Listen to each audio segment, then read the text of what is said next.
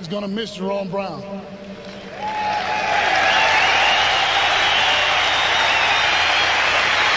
But one thing we will always have here is our memories of Jerome Brown. His memories will be here forever. And let's make sure that throughout this season that this whole stadium rocks loud enough where Jerome Brown can hear us. The Eagles today retired Jerome Brown's jersey number 99, and it was presented to Jerome's parents, Willie and Annie Brown.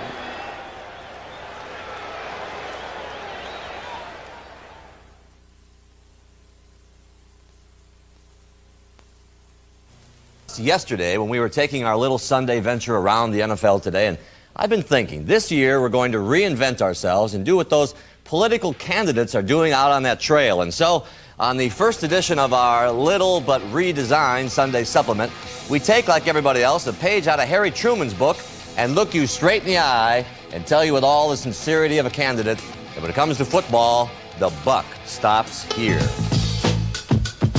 And here we go again on the Thinking Man's pregame show, and the greatest sport in the world has begun again.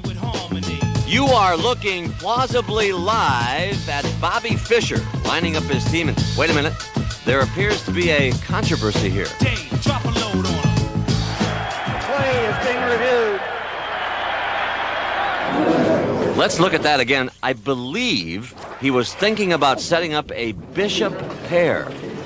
Then he changes his mind, an audible, and boom. Thank goodness we were able to get a second look. After review of instant replay, we have a reversal. Some fans won't have that benefit or curse, depending on your point of view. It was not in favor of the instant replay. I thought it took away from the game a little bit. It took away from the officials' job. Instant replay. Fans are going to see it at home. The fans will see it at the stadium. The coaches up in the press box are going to see it. But there's nothing we can do about it, and the wrath of God's going to come down on those officials who make those mistakes. Speaking of mistakes, last year, people thought the Vikings didn't have their heads screwed on straight. Herschel Walker has taken his to Philly, and like some other Vikes, he might as well be driving a bobsled somewhere. Out of sight, out of mind. Football, like television, is a shaky business. Minnesota Vikings, may I help you? No, I'm sorry. Mr. Walker is pursuing other interests. No, Mr. Millard is exploring an opportunity in Seattle. Who? We booted his butt, too. Hey, get a load of Fouts over there. Oh, come on, let's get moving. Just a moment. What did you say? I said get a load of Fouts over there. Want to make something out of it? I'm too sexy for my shirt.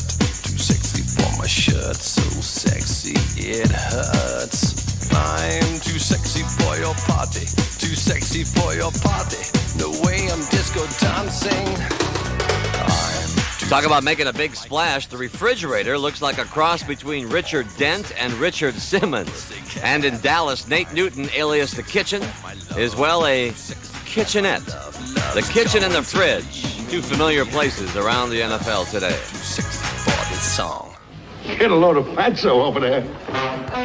I'll tell you how great this country is. The fridge gets $350,000 extra for being under 320 all season. That's more than you made, baby. All kinds of ways to make money these days. We'll be back. More than you made. 50. We'll be back here at halftime with scores and highlights, but it's game time on the NFL Today. Season. Thank you, Greg. The Eagles and the Saints share a common style, a terrorizing brand of defense.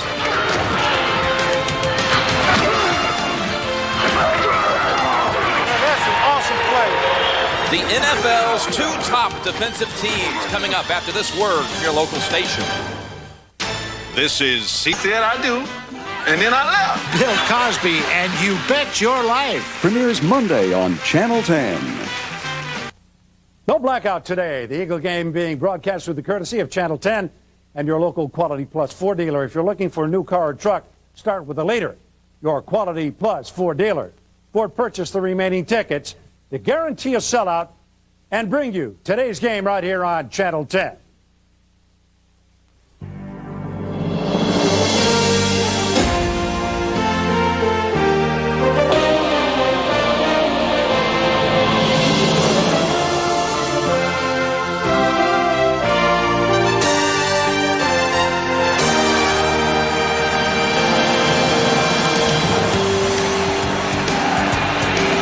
Welcome to an emotionally charged Veterans Stadium for the NFC Western Division champion New Orleans Saints of '91 against the Philadelphia Eagles, who have already paid a final and tearful tribute to their fallen hero here, Jerome Brown.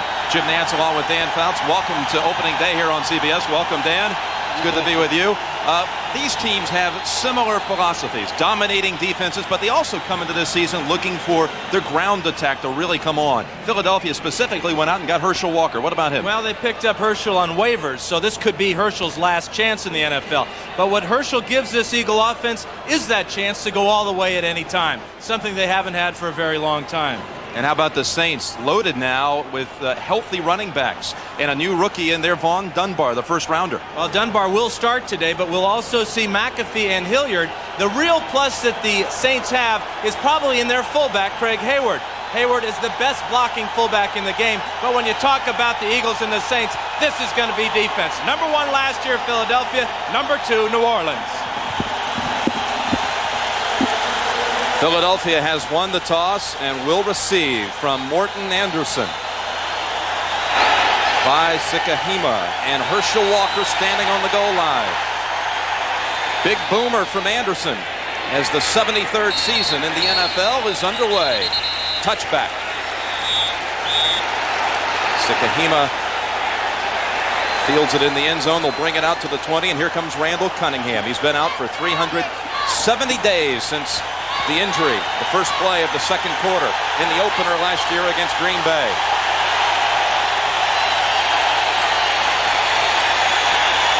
And the offensive line, big on the right side with Eric Floyd, picked up Plan B from San Diego, and Antone Davis, both over 300 pounds.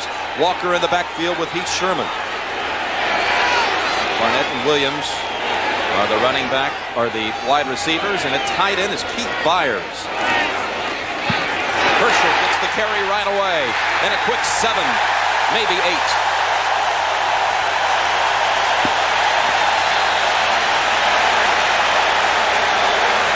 Springing a big run against that defensive line of Martin, Wilkes, and Warren.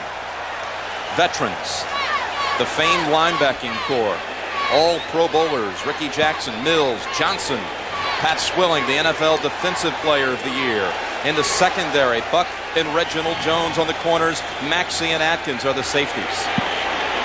2nd and 2. Walker with 8 yards on his first carry as an Eagle. 2 tight ends, Beach and Byers. Pitch to Walker, stacked up, twist, maybe for a yard. And you mentioned that the Eagles did go with the 2 tight ends. That's a bit of a departure from what we were told yesterday. Byers was not the opening tight end. It was Pat Beach, who the Eagles just acquired this past week on waivers from the Indianapolis Colts. Call it no gain, or actually a loss of a yard on that play, Dan. So it's 3rd and 3. 3rd and 3. And there is Keith Byers lining up on a wing to the right.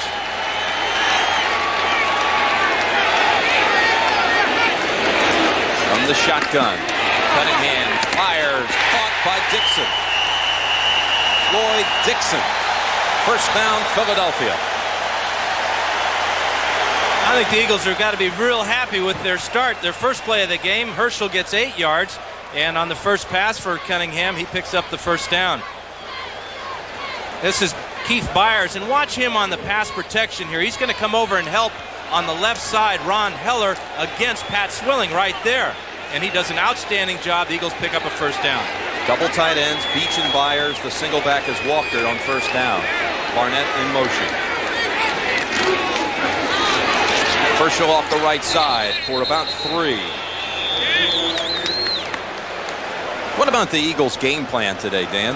Well, one thing they want to avoid is the 3rd and the 2nd and long situations where the Saints will bring in their nickel coverages. So when the Saints do that, they put Swilling and Jackson on the line of scrimmage, and they are outstanding pass rushers. So you'll see, hopefully today, you'll see the Eagles throwing the ball more on first down, trying to pick up the intermediate gains. Well, they put the spot back at the 32-yard line, so only 1 yard for Walker. 2nd and 9 for Philadelphia.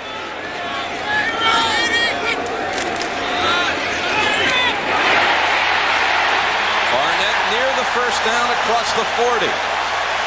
Fred Barnett. Well, Randall Cunningham took his first hit of the season from Pat Swilling. And this is a short pass play, and nobody, can you believe this, nobody comes out and blocks Randall Cunningham. I mean, Pat Swilling, and he drills Cunningham in the back. Guard was a little bit late coming out to pick up number 56, and all he did last year was be the NFL's best defensive player, leader in sacks, and a guy that should have everybody's attention on that Eagles sideline and in that huddle. The third and less than a yard for the Eagles. But you saw on a running type of situation, Cunningham throwing the ball on the quick hitch out to his wide receiver. Kotite wants to keep the Saints off balance and be as unpredictable as he can. The real plus he has the most unpredictable athlete playing quarterback for him in Randall Cunningham. McMahon helping send in signals on third and less than a yard. Sherman and Walker in the backfield. Beach and Byers, the tight ends. Herschel has it. First down, Eagles.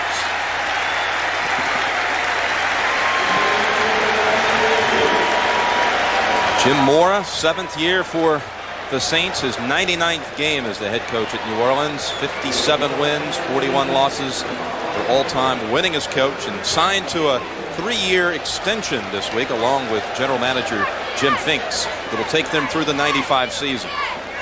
Very relaxed coach yesterday when we talked to him. Very pleased with his new contract situation, as is just about everybody in that front office. When you get the 2 top guys signed up for 3 more years, everybody breathes a little more easily. First and 10, Philadelphia from its 42. Keith Sherman, his first carry of the year. Scoots across the 45 and picks up about 4, running behind Ron Heller and Mike Shadd.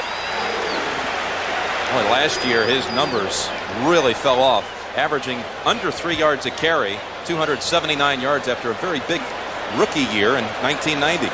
He had an outstanding preseason, though, and Kotite attributes that directly to the competition in that Eagle backfield.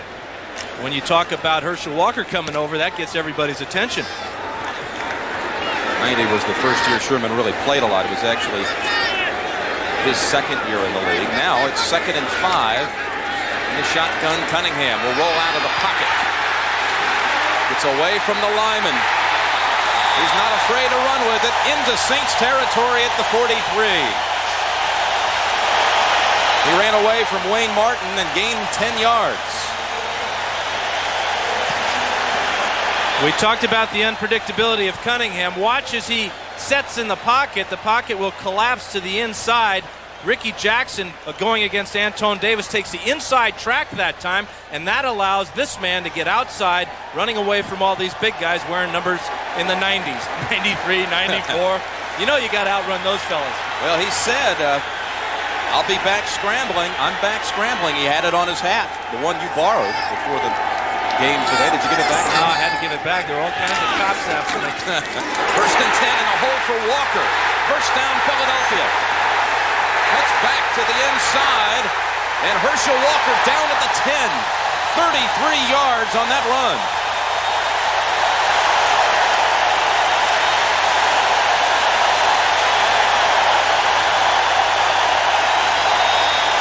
A real good example of a pancake block here by number 73, Ron Heller.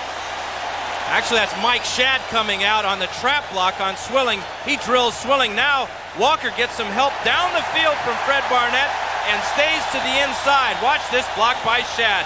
Swilling a little bit off balance there. Herschel takes it all the way down to the 10. First and goal, the nose of the football right on the 10.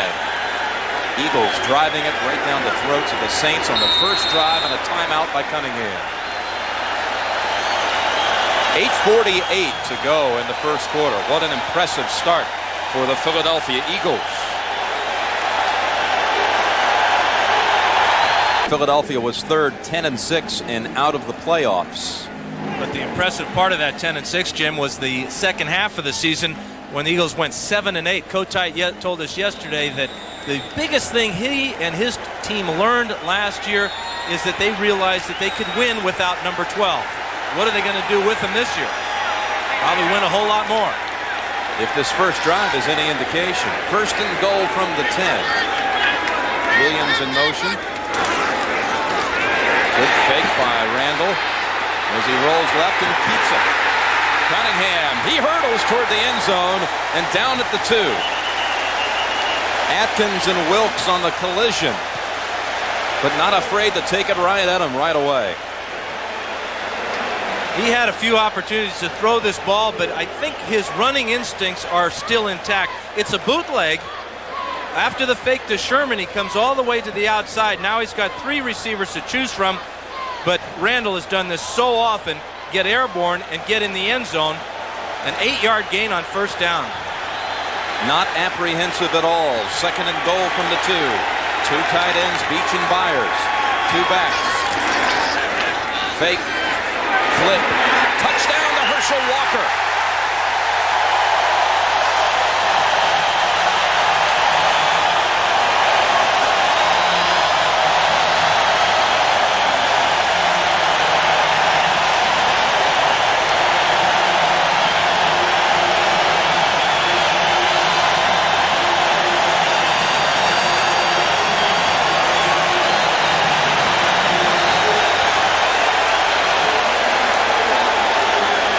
Roger Ruzek on the extra point try.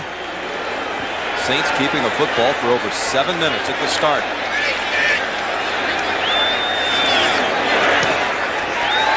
Hit the crossbar, or hit the upright. No good.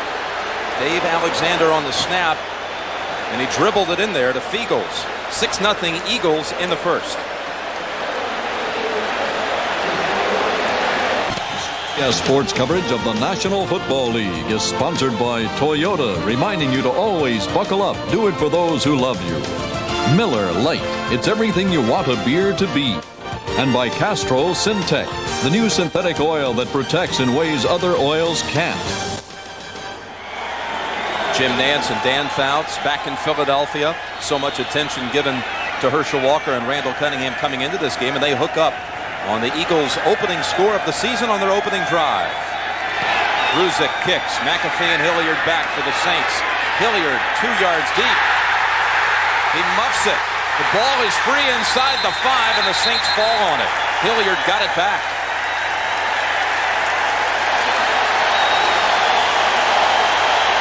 Well, a little pregame jitters for Dalton Hilliard. The key to this kick was that it was so high, the ball took a long time to come down. Hilliard just lets this one go right through the wicket. And the bad thing is it goes out onto the playing field away from him. Fortunately for the Saints, Dalton picked it up. But what a terrible place to start your first drive of the year, down already 6-0. From their own 5, Hebert at quarterback, Hayward and Dunbar in the backfield. Rookie Vaughn Dunbar. Somersaults back to the line of scrimmage. Clyde Simmons.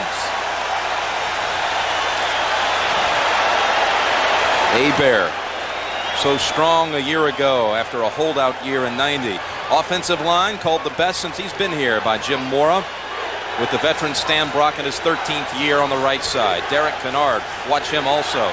Dunbar and Hayward in the backfield. Turner and Early, the starting receivers, and Hobie Brenner, his 12th year from USC at tight end. Now joined at tight end by Tommy Stowers.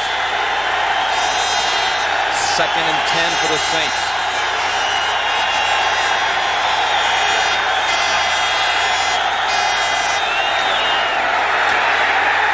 Dunbar again, and this time only about 2, maybe 3. Reggie White stood him up.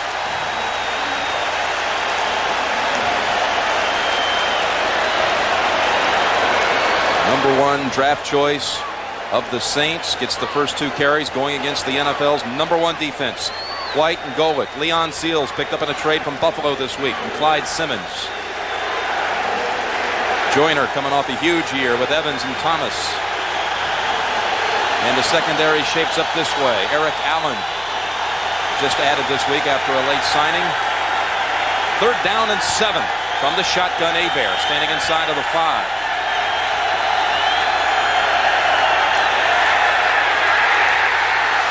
Tipped, almost intercepted.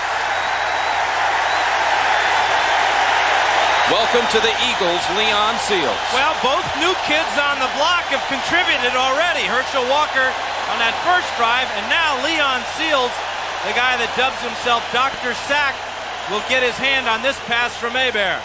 What a way to start in your new home. What a place to punt from. Tommy Barnhart will kick to Vi Sikahema.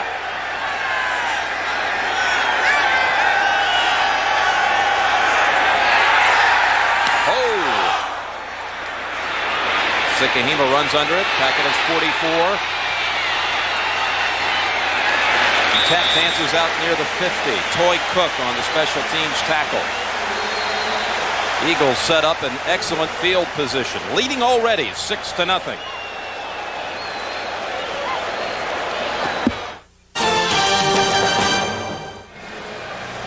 Dan, really a myriad of emotions for the Eagles in the last 45 minutes here at the Vet. You know, talking to Kotite yesterday about it, he almost was thinking about playing defense first to start this game. But, of course, he had no choice when the Saints lost the toss. They did receive. They took it down 80 yards in 7 minutes, and they're riding high right now on all those emotions. Starting right out in the shotgun formation with 4 receivers.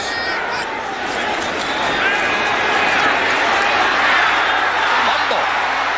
And right there to fall on it for the Saints was Wayne Martin. Ricky Jackson stripped it free. New Orleans has it in the Eagles' territory. Cunningham's going to step up in the pocket, and then from the left side of the screen is going to be Jackson with his right hand with that patented swipe move that all linebackers seem to use nowadays. And real good hustle by Wayne Martin diving out there for the recovery. Watch Jackson working against Antone Davis, and he's pushing around a lot of man there. Davis goes about 330, excuse me. Jackson makes a big play, turnover for the Saints.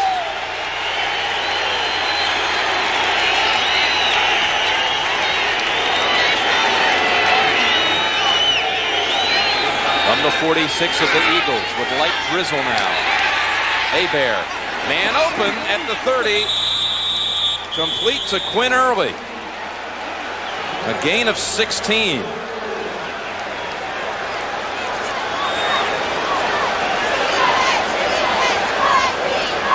This is a type of offense that the Saints have done so well.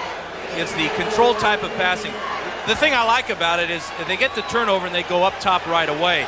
The defense a little bit deflated, maybe not moving quite as quickly, and that may have been the difference that Dizelle Jenkins couldn't make that play on the sidelines. Bowers and Brenner, 2 tight ends. Delayed give and Dunbar. Boy, had he gotten away from Wes Hopkins, he may have been home free, but a gain of only 3. Not many people get away from Wes Hopkins, though, Jimmy. Right. What a fantastic open field tackle. He was definitely the last man, or Dunbar would have been in the end zone. Tell me about Vaughn Dunbar. I'm having a problem with that. That's 2 Vaughns now on the Saints. It's really a classic example of a rookie signing early, getting all of training camp, and here he earns a start on opening day. Wesley Carroll in as the 3rd receiver on 2nd and 7.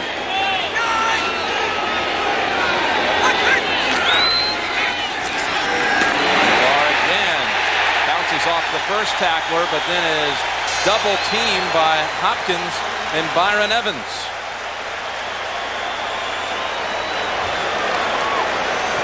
The middle linebacker position is really the glamour spot on the defense. He doesn't have a whole lot of people blocking at him. And now Evans, number 56, gets outside and squares up on the rookie Dunbar and drills him. First guy there, though, was again weak safety Wes Hopkins. 3rd and 6 from the 26. Eric Martin signed just this week in for the first time. Orleans in that set to the left. The three receivers to the left, and a timeout called by New Orleans. So the Saints face a big third down when we come back with 3:48 to go in the first.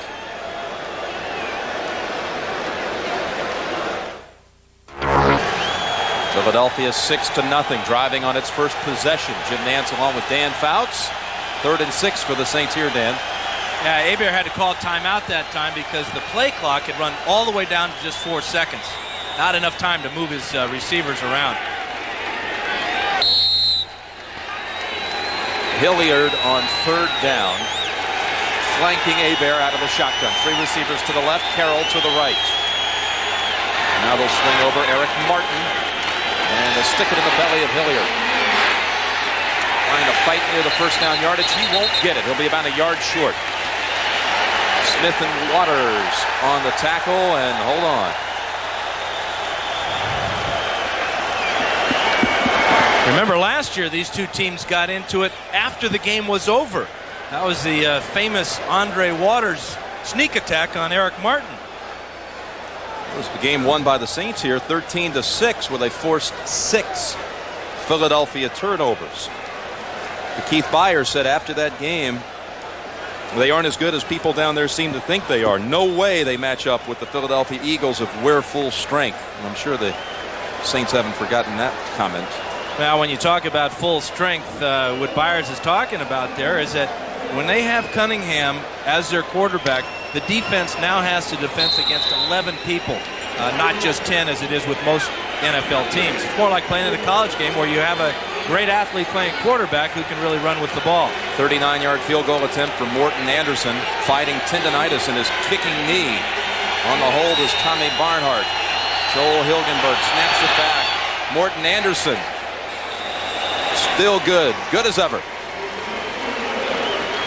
He has now scored in 128 straight games as Morton Anderson. 6-3 Eagles with 3:11 to go in the first. Let's get an update now from New York. Take it away, Greg Gumbel. All right, Jim, let's take you to Buffalo. Jim Kelly threw 33 touchdown passes last year. Here's his first of this season, 10 yards to Thurman Thomas. And with the extra point, the Bills lead the Rams 7-0 in the first quarter. Jim? What kind of year you think it'll be for the Los Angeles Rams? Well, I saw the Rams in their last exhibition game against the San Diego Chargers, and they're going to have a long year. 3-1 in the preseason, but Chuck Knox told me that they're not as good as that record, and I think Buffalo, having to open up in Buffalo with all the emotions that the Bills are coming off of, that's not an easy place to start. But the Rams, you know, it's like anybody in this division, the NFC East, that NFC West with San Francisco on the rebound, this team, New Orleans, and the Falcons. It's going to be a long year for Ram fans. We saw Herschel Walker trotting back to field this kick. Already 5 carries, 43 yards for Herschel in the first quarter. Plus he caught a pass for a touchdown. They averaged about 8 yards per rush in that first drive as well. Anderson's first kick went midway through the end zone for a touchback. Another big boot. Same spot. Sikahema will down it. Doubleheader day on CBS, Dan, and game 2, most of you will see San Francisco at the New York Giants. Some will watch Phoenix against Tampa Bay, but the 49ers and Giants meeting on opening day for the 2nd straight year. And at quarterback this year won't be Jeff Hostetler for the Giants, it'll be Phil Simms. Big, mysterious doings there in New York, keeping the old quarterback thing quiet to the last minute. Dunbar. A little stitching, thankfully not through the skin, but through the jersey. The skin is next. Oh, look at this opening for Walker. A quick burst for 10. He's already over 50 yards rushing in the first quarter. And what we're seeing is the Eagles running behind that right side of Eric Floyd and Antone Davis. Now, we're talking big people on the right side here. There's Floyd, 61, and Antone. Here they are right here. Herschel's going to get in right behind him. And now we're talking about 330 pounds for Davis. And then you have Floyd at 310. Jim, that's more toes than I have to count with it. Good block, too, by Heath Sherman, who will carry it this time on 1st and 10 and net 1 yard. And that's the way this game is going to be, I think, Jim, is you're going to see a big play for Herschel, and then maybe the Saints will rise up and make a stuff in the backfield as they did that time. But this offensive line is one that has a brand new offensive line coach in Bill Muir. He's really concerned with building their self-confidence, especially the confidence of Antone Davis. He wants this big #1 draft pick of last year to get off early, get a lot of success early so that he doesn't have those confidence lapses. Second and we'll call it 8 as Walker comes out in motion. Randall looking to throw, but jammed now and sacked. Sacked for the second time. Frank Warren and Ricky Jackson in there. And well, can we point the finger to that right side again? Well, this is where Antone has a lot of troubles. Number 78. Look how quick that Ricky Jackson got off. Real wide. And then Jackson with a lot of strength there. I'm not sure Antone was quite ready for all that muscle. As he pushed him away, got in on another sack. They really got him up the middle. Frank Warren bulldozing through the inside.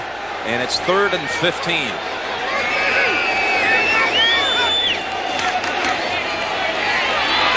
Set up the screen for Walker. Walker out in front. Bounces around well short of the first.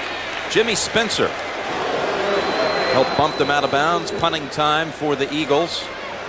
Jimmy Spencer was drilled by Herschel Walker as he got to the sideline there. A little 180-pounder there.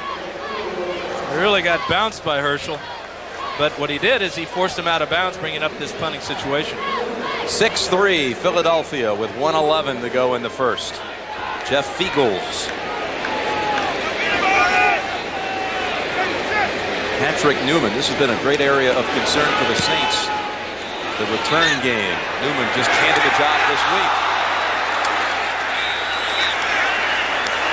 Oh, and a late flag at the 36-yard line.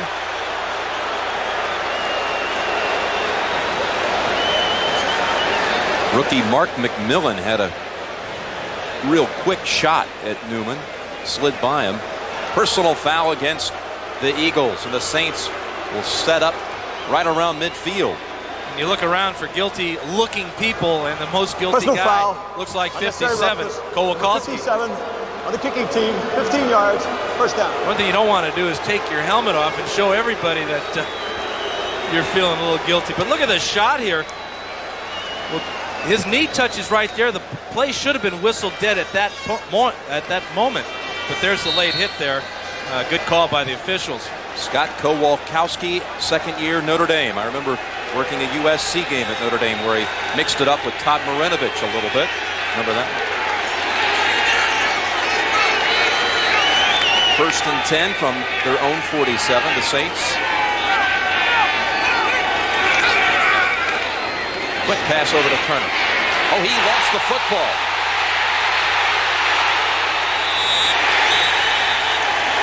That ball was perilously close to going out of bounds. If the Eagles tried to pick it up and run with it, it's going to be New Orleans ball because the Eagles never gained possession of the ball. It went out of bounds. Let's watch the hit on the receiver on the outside. Allen's going to come up and make the tackle. And then he's going to get help from his buddies there. Looks like Clyde Simmons, 96. And now Byron Evans kicks the ball out of bounds, and it's going to be New Orleans ball. But the Eagles are probably the best team in the league at picking those types of balls up and taking them in for scores. Ball really never went out of bounds, but Evans was touching it while he was himself out of bounds. So the Saints get a break back at the 41. 2nd and 17 with 30 seconds to go in the first. Flags down across the middle for Turner, broken up by Booty.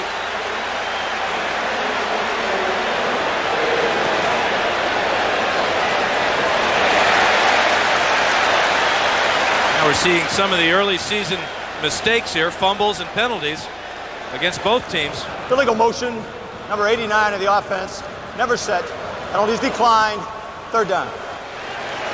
You talk about the Eagles being the best maybe at scooping up those loose balls. Last year, the defense scored 4 touchdowns for Philadelphia. It seems to be an every year occurrence. Well, they have outstanding athletes on that defense that they like to get some headlines themselves.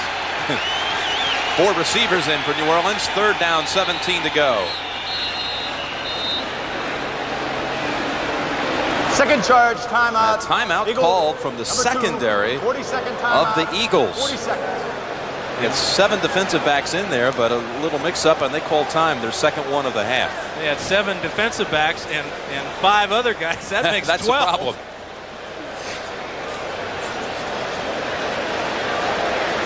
Well, let's take a look at these guys. This is what you call your prevent. Here we got 4 guys up here. 5, 6, 7, 8, 9, 10, 11. Now, I'm not saying this is a guilty party, but he's the last guy I counted. That's 12.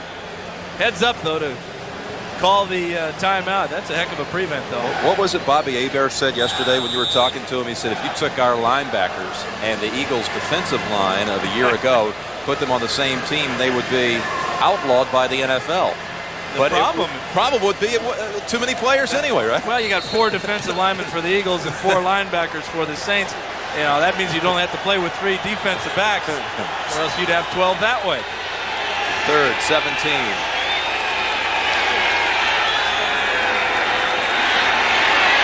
Simmons coming in on Hebert. He got it away to Hilliard. And another flag into the pile at the end as Hilliard motored to the Eagles' 48. We had an offensive lineman downfield too soon.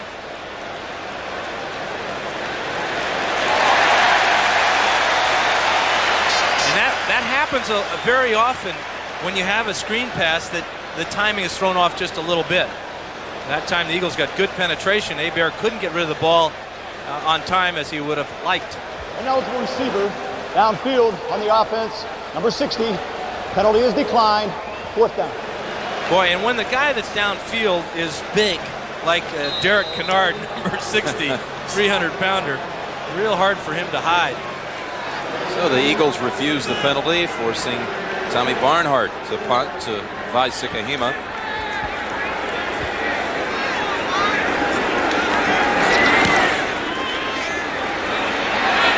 Their catch at the 13.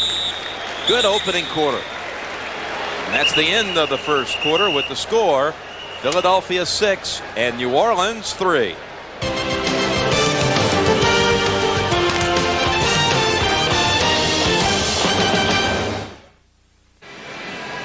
Opening day sold out at the Vet, 65,000 strong. Jim Nantz and Dan Fouts, the NFL celebrating its 73rd season. 6-3 Eagles after one. Touchdown pass from Cunningham to Walker. The extra point hit the upright. And then the Saints came back, scored on a 39-yard field goal by Morton Anderson, set up on a Randall Cunningham fumble. I think it's safe to say that at this point, the emotions of the pregame ceremony for Jerome Brown, that has all subsided now. Both teams have settled in, and we're seeing both defenses now rise up. Remember, we're talking heavyweights. Major League, number 1 defense last year for the Eagles and number 2 for the Saints, and they are making their presence known. Myers and Sherman split backs from the 14.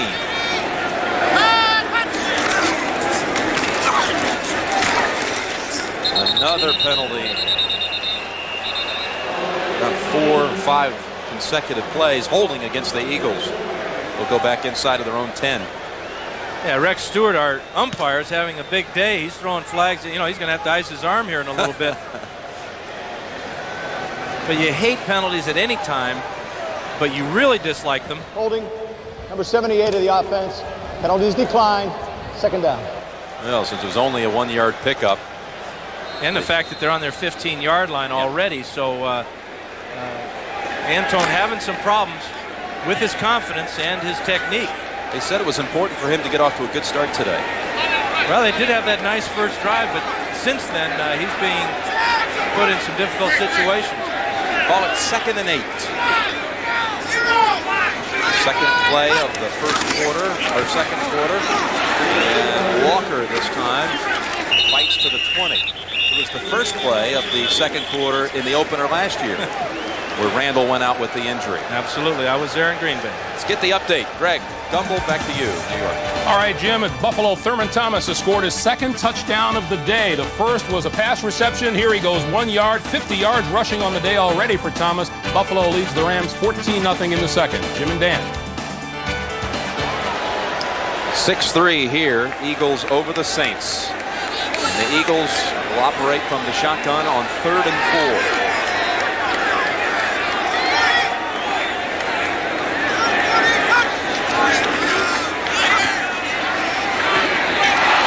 With a sliding catch. Vince Buck was in the area. Flag, you saw it. Yeah, they're going to say that Byers pushed off. Buck gave the signal. The official, number 87 there, agreed with him. Paul Widener agreeing with him. Take away the first down. Let's check him out. Number 41, Byers in motion. He's going to go down about 5 yards. Use that right hand, and that is a real, what you might call a ticky-tack foul there. Buck did not even lose his balance or anything. And when a guy with 240 pounds is pushing on you, you would think that that would happen. But the official called it. That's all that matters right now. Byers starting today at tight end because Maurice Johnson has a hamstring injury. And Keith Jackson has not signed. There was a rumor going around this weekend that Jackson was about to sign, but it was all a hoax. Offensive pass interference, number 41. Still 3rd down. Yeah, Jackson is asking for big money. $2 million per year. $2 million for a tight end is just not going to happen. And right now, in talking to Cunningham yesterday, the first thing he said to me was that, hey, I miss my friend at tight end there, Keith Jackson. If you add Jackson to the mix, it makes the Eagles obviously that much stronger because Byers now can go back to his H-back, running back, wide receiver position and not be burdened with having to play tight end. So it weakens them at 2 spots. 3rd and 14. Back up. The absence of Jackson. Saints may have jumped, but Turnbull was offside. Here's Byers, short of the first. Jimmy Spencer with a chopping tackle at the 20.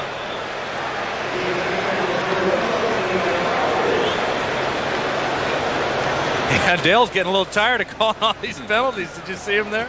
A little exhale. Offside. Defense, number 97. 5-yard penalty. You called it right, Ronaldo Turnbull. I asked defensive coordinator Steve Sidwell before the game, how much will Turnbull play? And this is a situation he wants to get him in for Ricky Jackson in obvious passing situations for 2 reasons. To give Turnbull some experience, but also to give Ricky a rest, being now that he's 34 years old in his 12th year. That rest should come in handy towards the end of the year. 3rd and 9 from the 15.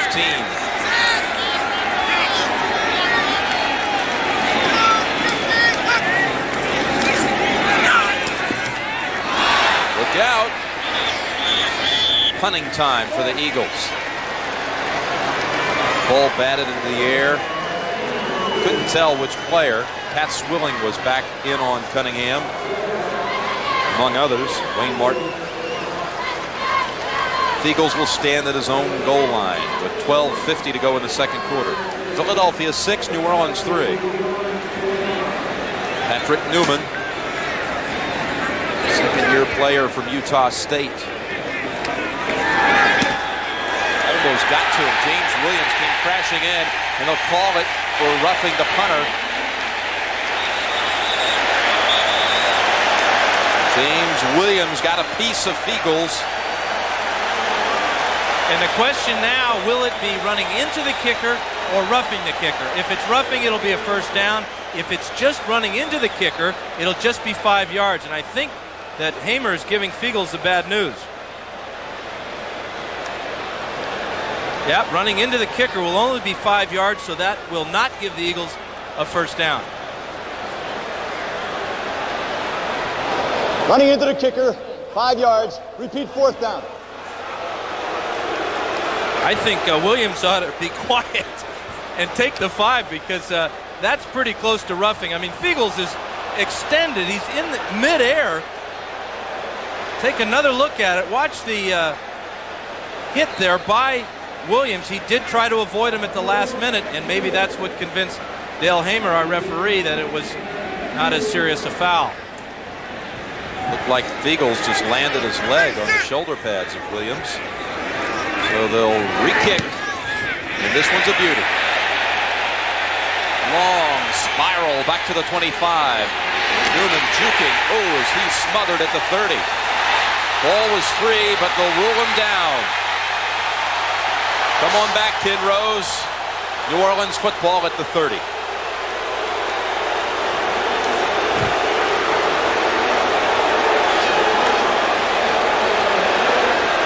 "55-yard punt. A punishing 5-yard run back. Well, Morris said that his punt return team isn't anything special, especially his return men. Newman makes 2 moves before anybody even gets to him, and then he gets drilled by about 6 Eagles. 6-3 Eagles in the second.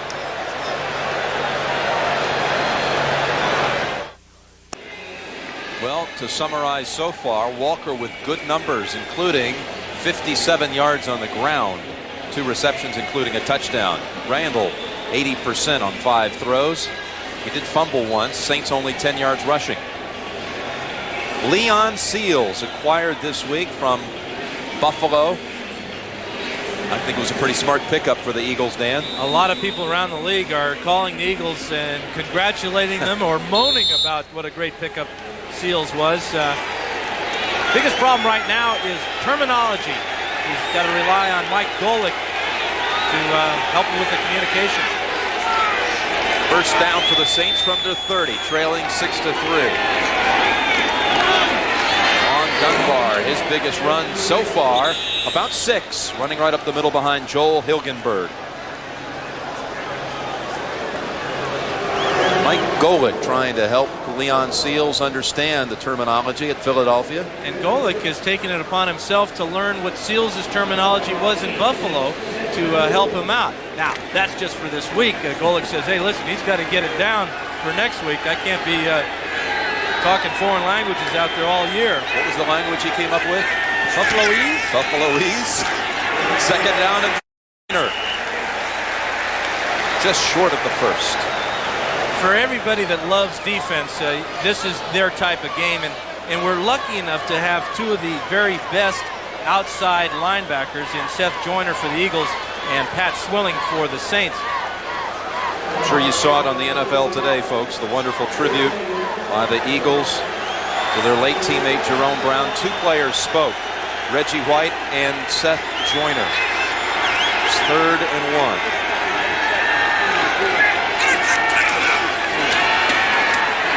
Flag into the line. Craig Hayward has the necessary yardage. That this will come back. Holding against the Saints. Holding. Number 61 in the offense. 10-yard penalty. 3rd down.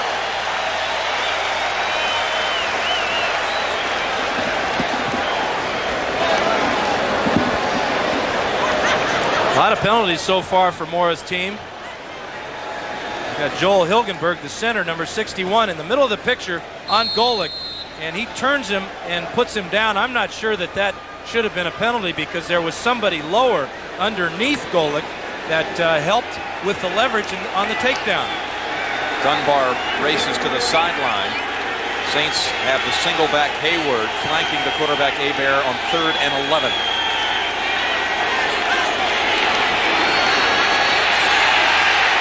Stepping forward, Hobie Brenner, first down, and finally tackled at the 48. Andre Waters took his legs away. We talked about the Saints being shorthanded, or the Eagles rather, being shorthanded at the tight end position. Well, the Saints had to put John Tice on the injured reserve list yesterday, so that leaves them with just Brenner and first-year man Tommy Stowers, who came into camp as the 5th-team tight end. By the way, Thurman Thomas has scored his 3rd touchdown of the game. For those of you in a rotisserie league, you must be feeling pretty good already. I told you it's going to be a long year for the Rams. I didn't know it was going to be a long first half for them. It's a whole season in one day. On first down, rolling right, Hebert throws it. Good catch by Hayward. All of that effort for only 2 yards. Yeah, he's the man the Saints affectionately call Little D. Yeah. Little D. Because he's built a lot along the same lines as Big D, Derek Kennard, number 60. I never thought you'd call Craig Hayward little anything. Absolutely. 275 pounds, though, he told us yesterday. Very proud of that. Wonderful shape and a devastating blocker from the fullback position. Maybe the best in the National Football League. No maybe about it, Jim. He is the best. Best blocking fullback. On 2nd and 8, Dunbar work in the middle. And about 4, tackled by Reggie White. So the Saints working the ground inside. And they're taking a lot of time off the clock. They're back into their ball control mode type of offense. We see so many teams in the league now that are going to the hurry-up offense. You got Tampa Bay now with Weiss down there, and of course Buffalo. This is the exact opposite. This is the no hurry-up offense, isn't it? They're not in a hurry to do anything except control the ball, control the tempo by slowing it down. 8:40 to go in the first half. It's 3rd down and 4.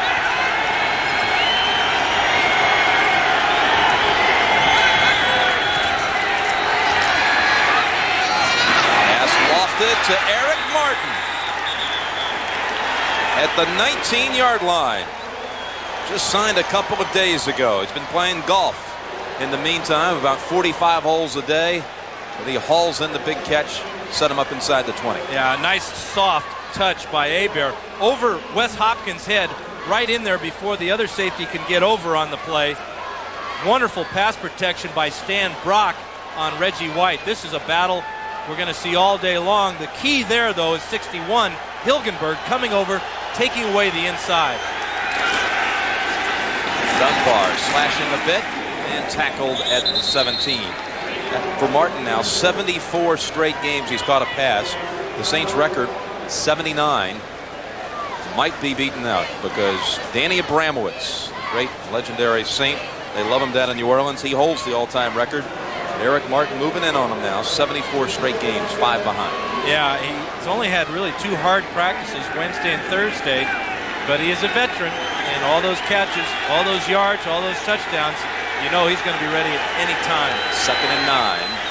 Some thought this might be the game the streak would end, but he's seeing playing time and set him up inside the 20. Good time for Hebert. The pass, almost caught for a touchdown.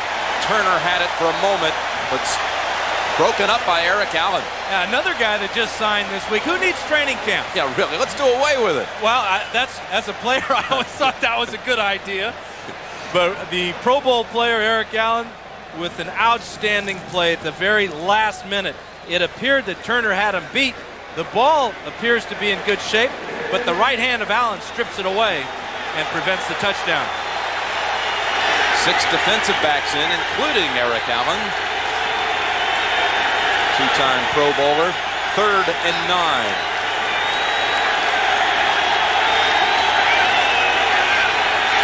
Hebert steps forward. He'll run for it. He won't get it. Andre Waters came up to hit him first. Going a little jawing back with Waters.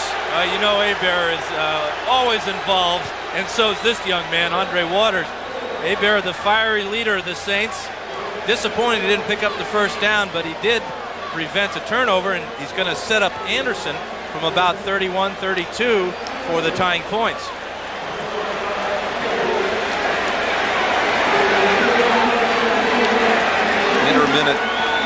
Intermittent drizzle now falling on a 31-yard attempt to tie it. Anderson 2 for 2. So 6-6, the Saints on 2 field goals, the Eagles on a touchdown and a missed PAT.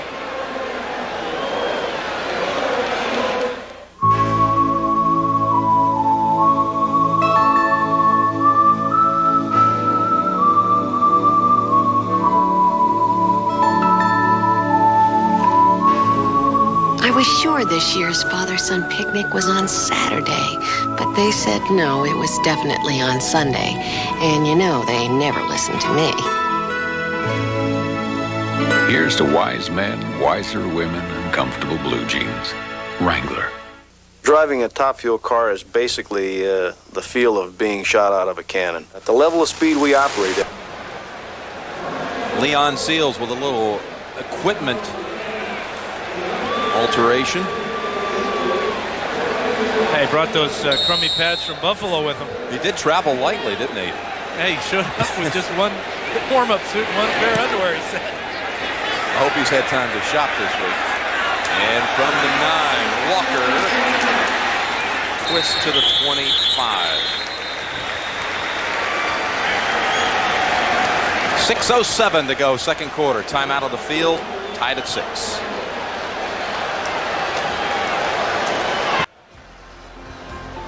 Well, be sure to join us tomorrow for tennis from the National Tennis Center in Flushing Meadows, New York. Number 1 seed Jim Courier takes on the 16 seed John McEnroe. That's tomorrow, Labor Day Monday on CBS. Courier not playing his best right now. He's had to go 4 sets in all 3 of his wins. And John McEnroe trying to play the role of Jimmy Connors from '91. So who do you like? Courier. He took out Connors last year in the semifinals. He's a party pooper. First down for the Eagles from the 25. Make to Walker. Rushes away from the defender, but caught from behind by Swilling. Ball is free and recovered, I believe, by the Saints. New Orleans football. Pat Swilling forces the fumble. And Robert the Pig Golf swallowed it. Nope. Blanketed it. Watch Swilling blanket Cunningham from behind, left side of the screen. Randall steps up into the pocket. He has no idea 56 is coming. But that's Swilling's first sack of the year. Cunningham's second turnover of this first half. Saints will take over inside the 30. There's the man who refers to himself as the Pig, Robert Goff. And there's Pat Swilling. I always want to add that disclaimer. I don't want people thinking, right. That's why I refer to him. Yeah, sure, you came up with that. Mr. I know. Goff. From the 26. Saints and Eagles tied at 6. And time for Hebert. Again, it's Martin. And this time, short game, maybe 4.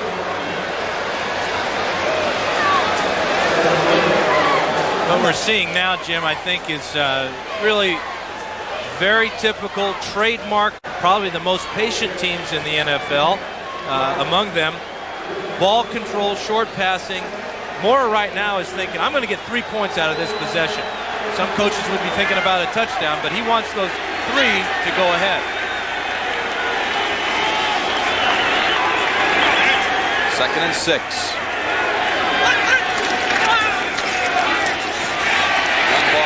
Joyner wrestles him down. Sometimes I think with Morton Anderson on your team, you get a little less aggressive because you know you've gotten 3 guaranteed with that man. Yeah, and number 59 right here. Watch him. He's got to stay with Dunbar the whole way. Nobody comes out and blocks Joyner, which could be a bit of a mistake. He runs through the hole created by the offensive line and makes the tackle.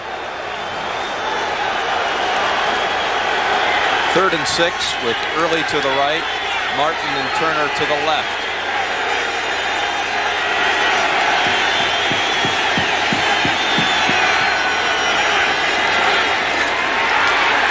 Got one-on-one on the right side and incomplete. Going for Quinn Early. When you play blitzing type of defenses, as the Eagles did that time, your corners have to cover. Fantastic play by Izell Jenkins on Quinn Early in the end zone. And now they'll bring out Morton Anderson. You know, a lot of teams play for field position. I really firmly believe that Mora and the Saints play for field goal position.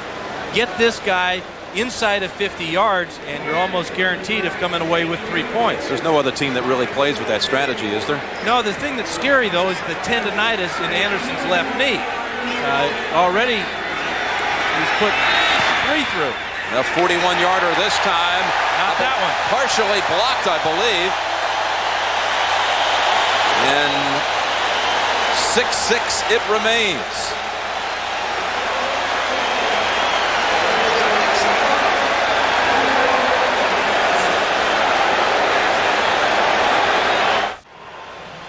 We thought we heard something, and it was Clyde Simmons' ring finger of his right hand, number 6 in the middle of the picture. And if you've got real good eyes, you're going to see his ring finger bend back right there. He got it. Anderson missing on the 41-yarder, 6-6 score. And Heath Sherman, the runner, for about a yard for Philadelphia with 4 minutes to go in the half. Robert Pig Goff on the tackle.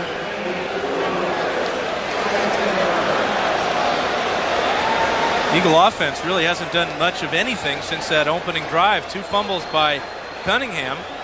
And the Eagles really are lucky to not be behind at this point. 2nd down 9. After a very active first quarter, Herschel Walker hasn't had many carries here in the second.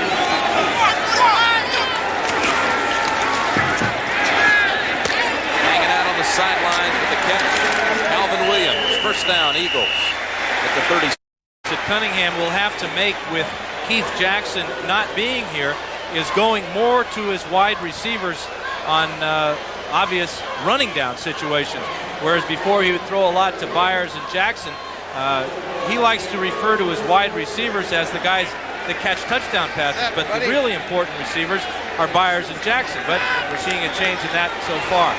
Gain of 13. First down. Herschel wrapped quickly by Wayne Martin. Les Miller says, hey, wait a minute, I got it. Yeah, old big country there. Yeah. Sorry, not this time. I played with Les Miller back in 1987. He was a member of our replacement squad, or however you want to refer to those fellas. But he came to camp. He had red hair, red beard, and everything. We started calling him Yosemite Sam. Sir. Big sir. Fella. Yeah, make sure you had sir on the backside of that with his size. Warren Moon has thrown 3 interceptions, but the Oilers lead the Steelers 17-10. 2nd down and 8.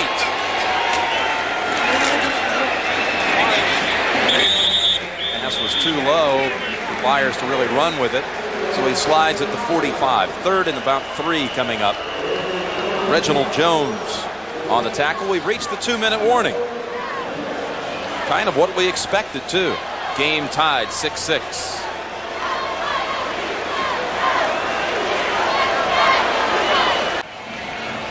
That block by Clyde Simmons is the first block for an Eagle since 1988. Kotite wanted to improve his special teams this year, so he went out and hired Larry Pasquale, who was with him for 7 years back with the Jets. There's Larry right there, and already the special teams have come up big, but also come up bad because Ruzek missed an extra point that would have given the Eagles 7 points. 3rd down 3. And Randall will operate from the shotgun. Laterals it over to Herschel. That caught him by surprise and bouncing out of bounds at the 41. Nifty play for the Eagles. And a run of 14 yards. Herschel still has the speed, and when you get him outside, watch the shovel pass. Little lateral to Herschel. Now he's out behind big Antone Davis and picks up the big first down. That is a wonderful play from the shotgun position. We also might see Herschel take the ball on a direct snap from this formation.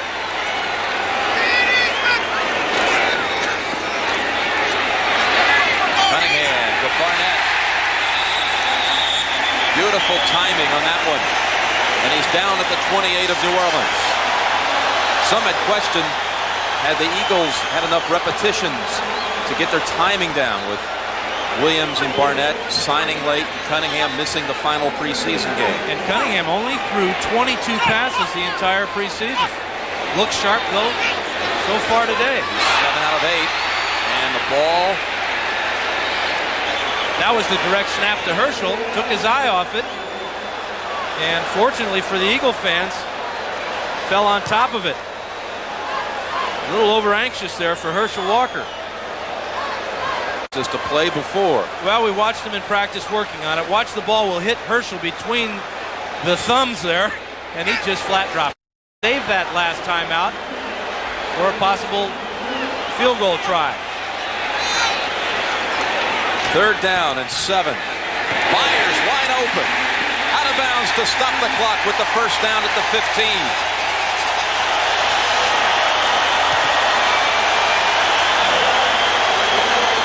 Coming up on the NFL Today halftime report, Greg and Terry will have all the scores and highlights, plus an update from the U.S. Open. Byers that time lined up as a wide receiver, and he... Well, heads-up play by Byers. Not only do you make the grab and pick up the first down, but he turned right away, looked for the out-of-bounds, got it, stopped the clock, preserving that important final timeout. Watch as he just takes the ball right to the sidelines.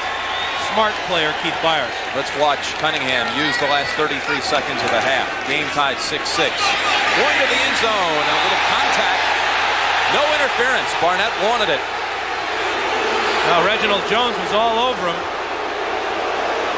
Getting congratulations from Vince Buck, but that's a nice play by Reggie Jones. Barnett had no separation at all on his pass route. Watch on the left side. This ball will be floated to the outside, and there's no contact at all that I can see. Barnett obviously felt something. It's only the second incompletion for Cunningham. He's 9 out of 11. Most of the short variety for 68 yards and a touchdown. 2nd and 10. Here's another one. Walker. Down at the 2. They'll have to use their last timeout. He hurdled over Gene Atkins. 1st and goal from the 2 with 18 seconds to go. No timeouts remaining. You got to hand it to Kotite and his offensive coaches for coming up with a few new wrinkles to take advantage of Herschel Walker's abilities as a pass receiver and also running with the ball in the open.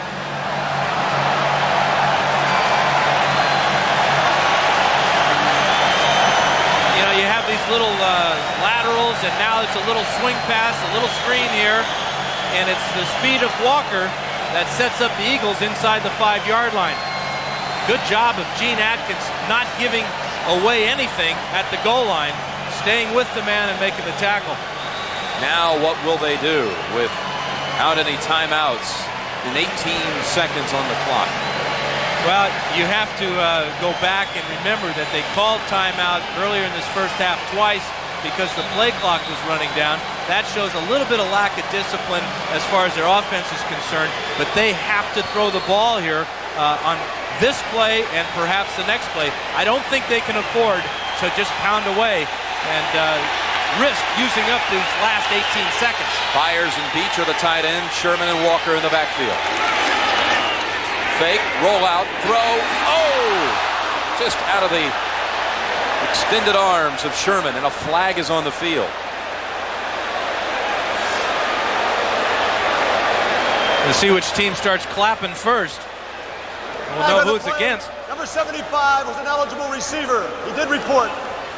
Well, they said that Rob Selby reported to the officials. One of the officials saw him lined up as a tight end. Did not get the word that Selby had reported as an eligible receiver. That was a well-executed play with the fakes and all, but Cunningham missed the open target. Yeah, and the open target, Heath Sherman was stumbling as he came out of his break. Really couldn't gather to make a last-ditch dive for it either. So now a different strategy on 2nd down with 14 seconds to go. They spread them out and drop back to the shotgun.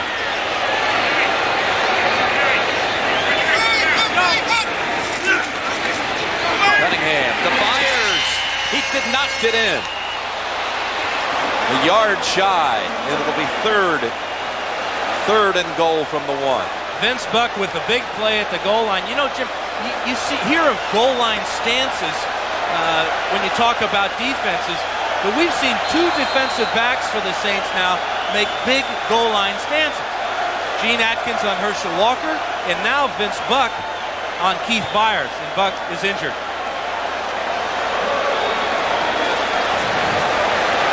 Gives the Eagles time to come over and talk. Vince Buck coming off of for a while there, a horrifying looking injury against San Francisco with a pinched nerve in the neck. And I talked to him about that earlier this week. Said he went to 5 to 7 doctors in the off season and finally got medical clearance from a Dr. Watkins in LA, part of the Job Curlin group out there. This has nothing to do, I believe, with his neck. It appears to be some type of leg injury, but the thing that he told me about the neck injury is it's forced him to become a better tackler. He felt before that he always had to go for the big hit and not so much worry about technique. Well, with the neck injury, he wants to keep his head out of the tackle, use his shoulders and his arms more, and he feels he's a better tackler. Buck, the one member of the secondary from a year ago that did not hold out, Maxey and Atkins, the safeties, came on 2 weeks ago, and Toy Cook was also a late signee and did not start today. Reginald Jones instead. But you know, you get back to the Eagles, and what are they going to do here? They got 10 seconds. It's 3rd and 1. Can they risk going over the top with a running play? How much right now do they miss Keith Jackson? Would you dare make 2 attempts at the end zone if you fail on the first, or do you go ahead and kick the field goal? Absolutely, you got to kick the field goal on 4th down. This will be a pass play. Probably put Cunningham on the move, get him out of the pocket, and let him make a decision out there whether to throw it or to run it in. Great to have that type of athlete playing quarterback for you. And to further utilize that, they'll spread them out. The receivers, 4 of them. Walker in the backfield. 10 seconds to go, no timeouts. Barnett knocked away. Beautiful play by Reginald Jones. And wasting no time, Roger Ruzek comes onto the field. This was a good route by Barnett, a good throw by Cunningham, and a better play by Reginald Jones. 2 big plays now for Jones on this possession. So the Eagles had 3 pops at it from the 2 and in, and they failed to produce the touchdown. Ruzek to give the Eagles the lead, 9-6. It's a 19-yarder.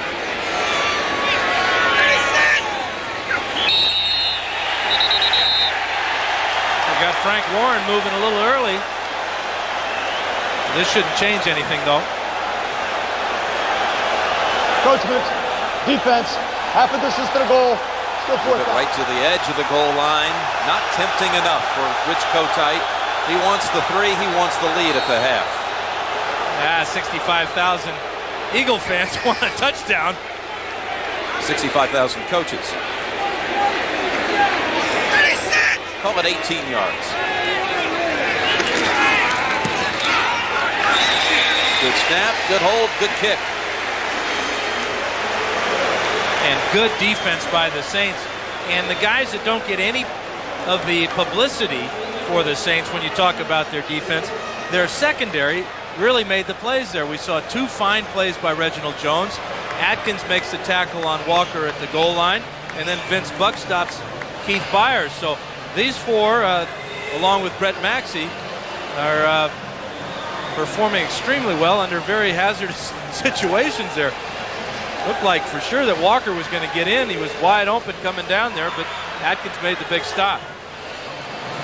9-6 Philadelphia. Touchdown pass on the opening drive. Cunningham to Walker covering 2 yards. The extra point hit the right upright. But then the Saints came back.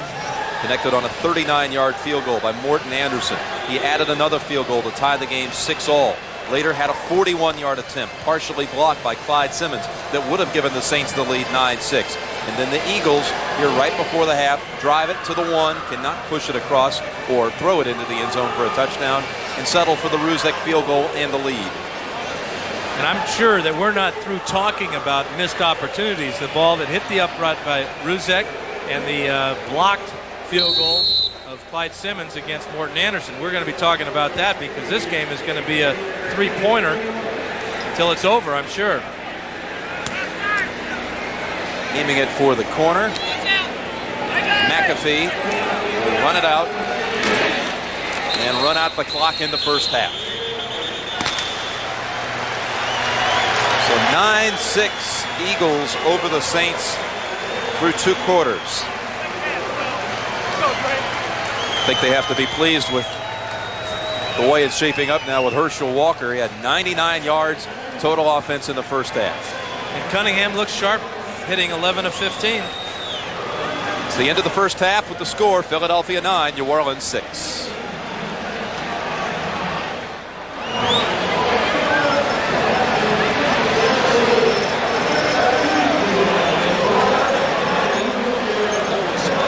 Perspirant for great odor protection. Now you've got proof, not promises. And by AT&T, more ways to help you stay in touch. BMW, the ultimate driving machine. The people at Nike, who encourage you to just do it. And by Levi's Dockers. Nobody does color like Dockers. A 9-6 game. The Eagles over the Saints, only one touchdown. Last year when these two met at the Vet in October, the Saints won 13-6 and only one touchdown in that game. Jim Nantz along with Dan Fouts. And Dan, your thoughts here on the first half?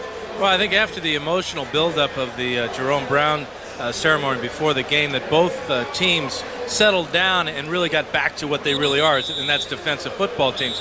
I've been impressed with Herschel Walker. He's had his hands on the ball about 14 times today and already has over 100 yards in total offense. Cunningham has been impressive as far as whether he's ready to be back in there and taking that big hit. So, but again, you got to go back to that defense. Both teams have been just outstanding, especially that second quarter.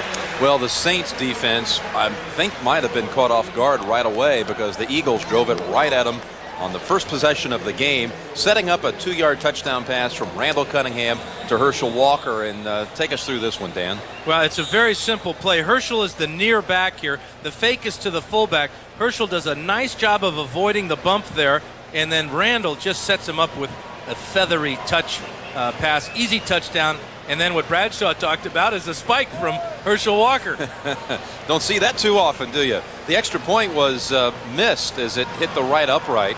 And then Anderson connected on 2 field goals for the Saints to tie the game 6-all. He had a 41-yard attempt partially blocked by Clyde Simmons that would have given New Orleans the lead. And you said it was the ring finger of Clyde Simmons as we get specific here on the block. Yeah, you got to look for those ring fingers. See it bend back there? Yes. That was it. That's all it takes, you know. They say it's a game of inches. Well, sometimes it's a fingernail or two. And Clyde, happy man, with the first block for the Eagles since 1988. So a feathery touch for a pass from this man for a touchdown, and then a feathery touch of a blocked field goal.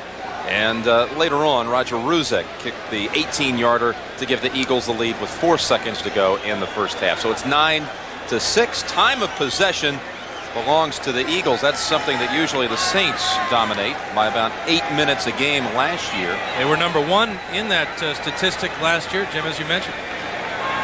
New Orleans will have the football first in the second half. Total yards, New Orleans 111.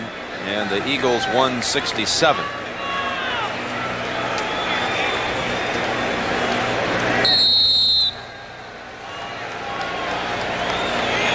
Continues to drizzle at the Vet.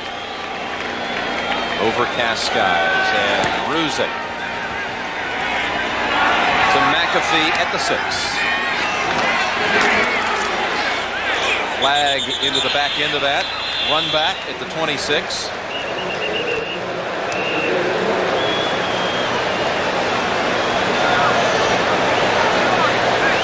Dale Hammer, our referee today.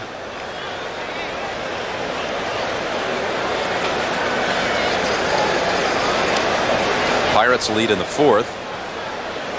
Houston's been hot lately. Offside, number 85 of the kicking team, holding on the receiving team. Penalties offset, re-kick. And both teams are real excited about that, having to re-kick the ball. The offsides, again, that's really an inexcusable mistake. You can pardon the illegal block a little bit more, but being offsides on a kickoff, that's just plain stupid. A lot of folks in this area will be interested tomorrow to see the Redskins and the Cowboys debut, as it figures to be a 3-way battle in the NFC East with Philadelphia, Dallas, and Washington. Yeah, we asked Richie Kotite to break it down, the NFC East, the best division in football, yesterday. He told us that although the Giants are a little bit in disarray right now and the people are down on them, that they're still the Giants. You still have to go up there to New York and beat them. Phoenix, he feels that he doesn't understand why, but his team always finds a way of losing to the Cardinals. They play them next week.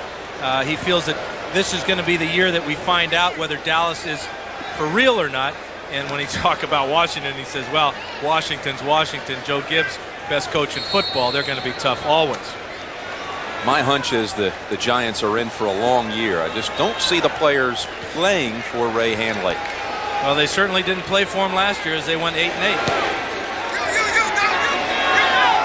On the re-kick, this time it's Hilliard from the 10.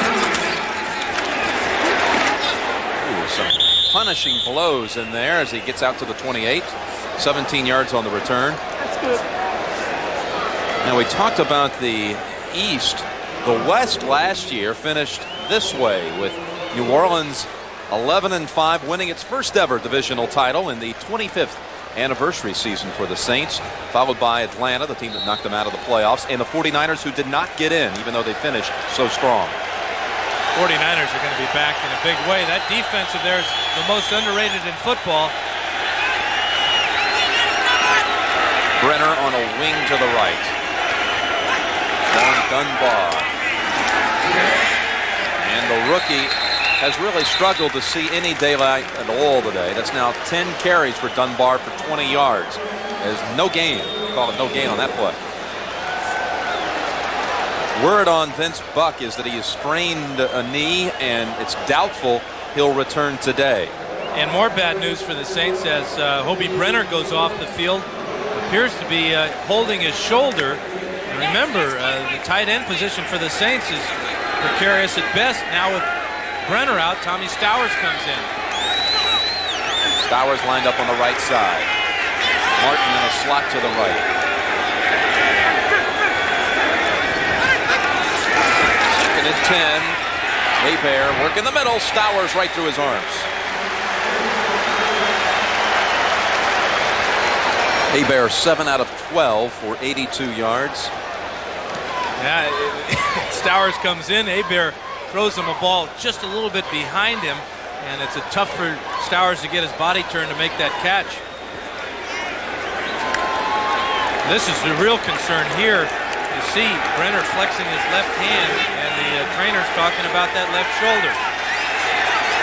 3rd and 10 to the shotgun for the Saints, who trail 9-6 opening minutes of the second half.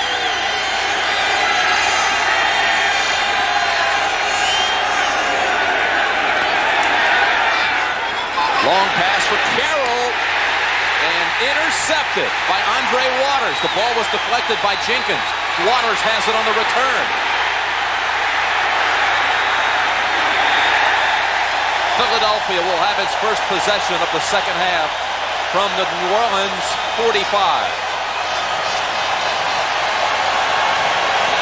And Jenkins tipped it, and Waters with a beautiful catch. This ball is hung up in the air for a long time, and that gives Jenkins a chance to come from the outside off his man and make the play. Waters with the heads-up grab sets up the team. Waters with the interception, the Saints' first turnover, and the Eagles will start from the 45 of New Orleans with a 9-6 lead.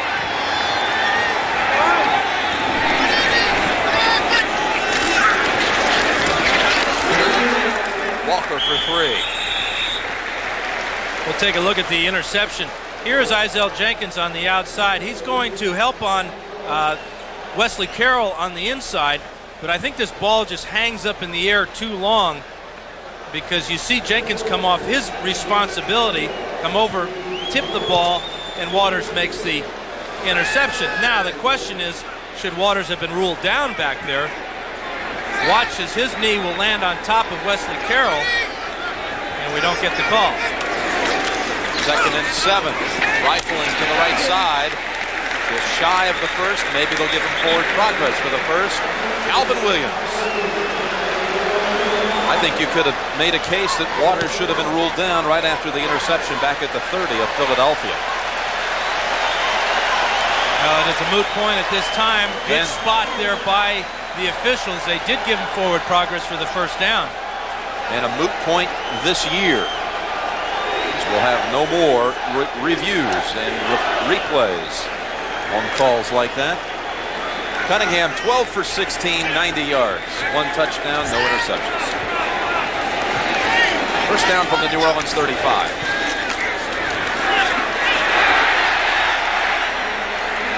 Sliding for 5, Randall. Talking to him yesterday about his outlook on the game, what's he going to do in these type of situations. Said we want to throw on first down, but the important thing for me to remember is be patient. Don't throw the ball away out of bounds. I'm going to take it up the field, get as much as I can, then slide on the turf. Stay out of those second and long, third and long nickel situations that the Saints defense excels so much at. Second and 5. Look in the middle again. Walker bangs inside for 4. Sam Mills on the hit. One of the interesting things that Cunningham told us yesterday about being out for that entire year last year is he realized watching McMahon get beat up and the other quarterbacks, Gable, Kemp, Pat Ryan, all of them in there, realized just what a dangerous game this game in the National Football League really is. He didn't know it before? He's got a lot better idea. He's never been hurt before until that tragic injury last year. 3rd and 1.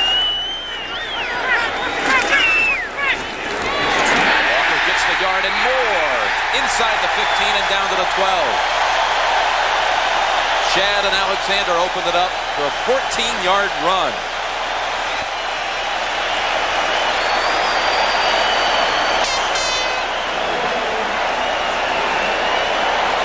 Well, let's take a look at Alexander here, and there's big Eric Floyd.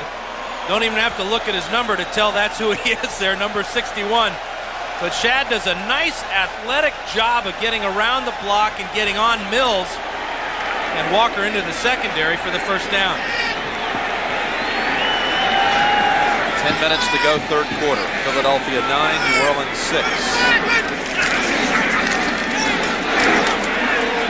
Walker for about 2. Did he fumble? Yes, ball is free.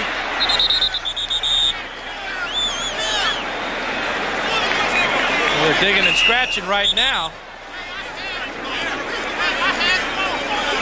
Saints football.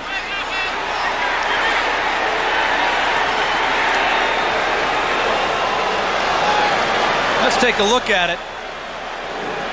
It appears he's just standing up and somebody's going to spike the ball out of his hands here. Vaughn Johnson, 53, one of the guys in there. But that's the 3rd turnover on a fumble by the Eagles this afternoon. Brett Maxey on the recovery. Brown, the only color born in September. Worn, big shoulders, brown. Strong, earthy, a color with both feet on the ground.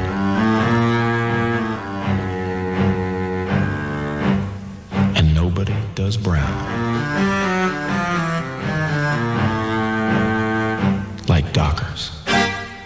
As an engine builder, I recommend for longer engine life, change your... Take a look at the fumble. This is their 3rd fumble of the afternoon. Walker is going to get stood up here, and if we can stop it right there, you're going to see that right hand come in. That's Frank Warren.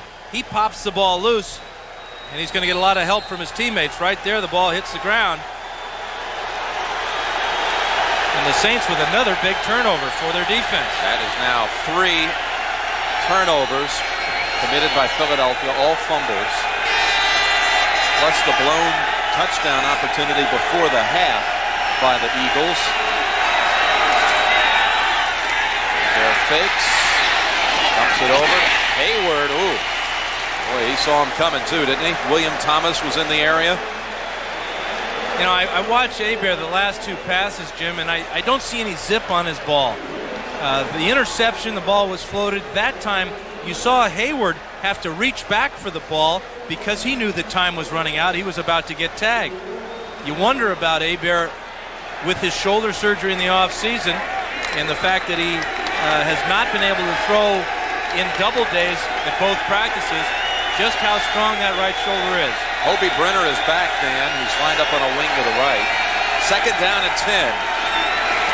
Dunbar. Pretty good run for 4. He had a lineman in his face right after the handoff. 3rd and 6 coming up for the Saints. Last year, 8-minute advantage for New Orleans. Time of possession, that was tops in the league. However, today, another story. 6-minute edge for the Eagles. 3rd down, 5. Hilliard in for the Saints.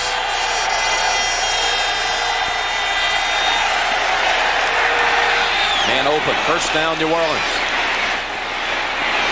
Turner cuts it to the inside. Nice running after the reception by Floyd Turner. Broke away from Izell Jenkins. A gain of 18.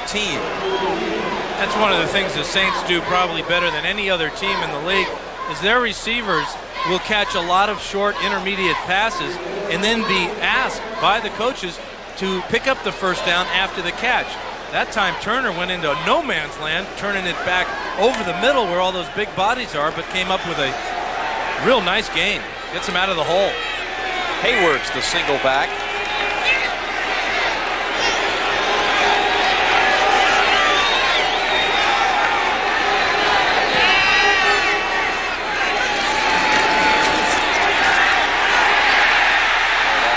Down, he just gets it away in the area of Hayward. Reggie White trying to register a sack.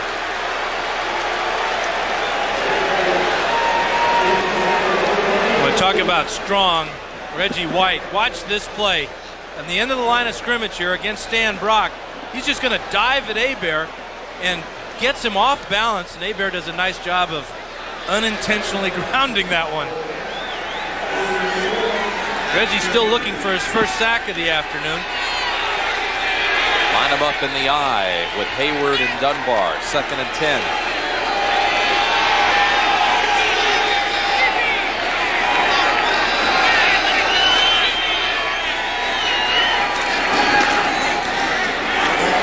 Dunbar, flag in there as he made it across the 40, a gain of about 7 or 8. Coming back.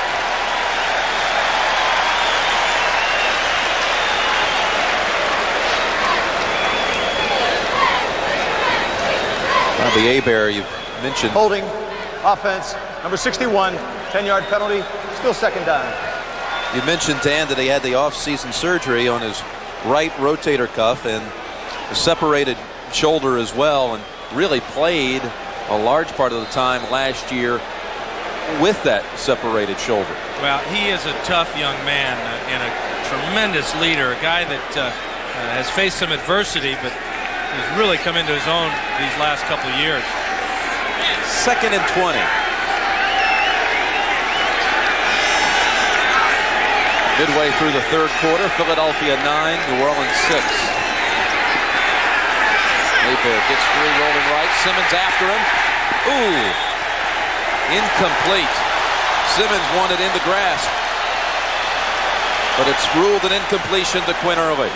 Well, Clyde had 13 sacks last year. Reggie had 15. The Eagles had 55 altogether.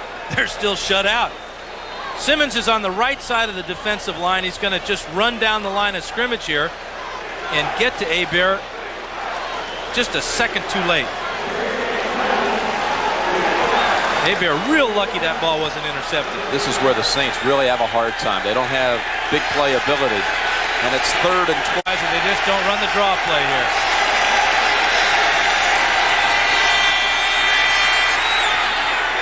An attempted screen that never materialized. Yeah, that's the draw play's cousin there, the screen pass. Kissing cousin. There's not a whole lot of screens or draws that are designed to pick up 20 yards. But that's the nature of Jim Mora and this Saint offense. Very, very conservative. Barnhart into punt. Averaging 42 yards on his 2 first-half kicks. Sukahima and Seidner back on the return. Two-man deep for Philadelphia. Sukahima, who lets it go, and it goes out of bounds at the 27. So 7:26 to go in the third quarter. That was a 50-yard punt. The Eagles continue to lead by a field goal. Tomorrow for tennis at the U.S. Open. Fourth round play, Jim Courier against John McEnroe. The winner will advance to the quarterfinals tomorrow, 12:30 Eastern Time. Andre Agassi also on tap for a match tomorrow, right here on CBS. Eagles first down from their 27, leading 9-6.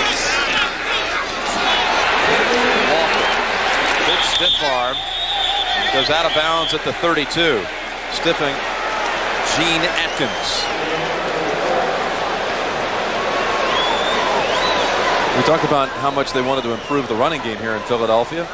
Let's say if you can double the total, that's more than an improvement. Well, part of it's Herschel. The other part is Randall. 7 rushes for 23 yards, so that's right around his average of 7 yards per carry. Walker 3 yards away from a 100-yard game in his first attempt in the green and gray. Second down, 6.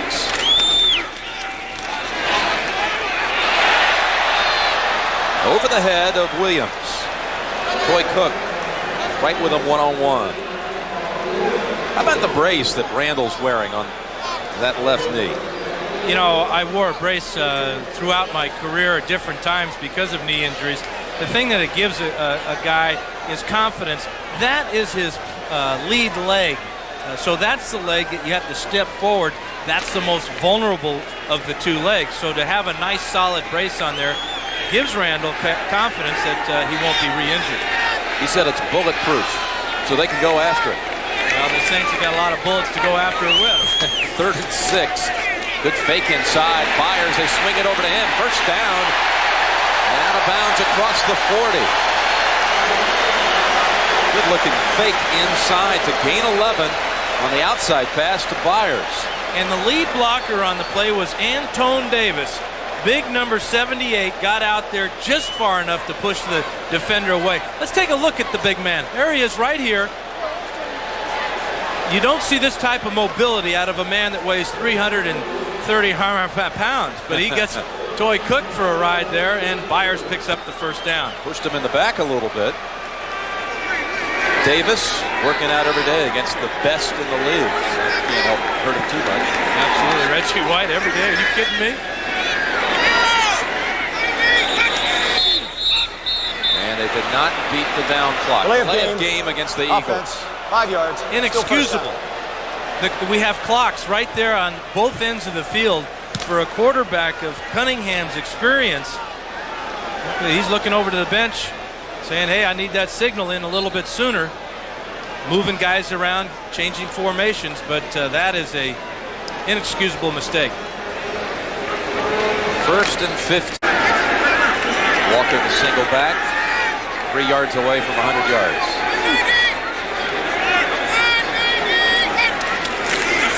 Quickie over to Williams. Atkins and Cook double him up, and everyone else comes to help out. He is going to be ruled down.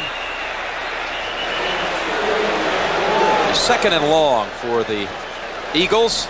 Let's get another update as we head up north. Take it away, Greg Gumbel. All right, Jim, at Buffalo, Thurman Thomas is just having a terrific day. In the shotgun, watch Thomas pick the ball out of the air. It never got to the quarterback. Thomas goes 10 yards for his 4th touchdown of the day. That's a career high for him. It's 34-7. The Bills over the Rams in the 3rd, Jim. That was the old snap to Herschel Walker play the Eagles attempted in the first half. Yeah, the Bills are getting a little redundant, aren't they? Telling you, 4 touchdowns. Thurman Thomas, 2nd and 12.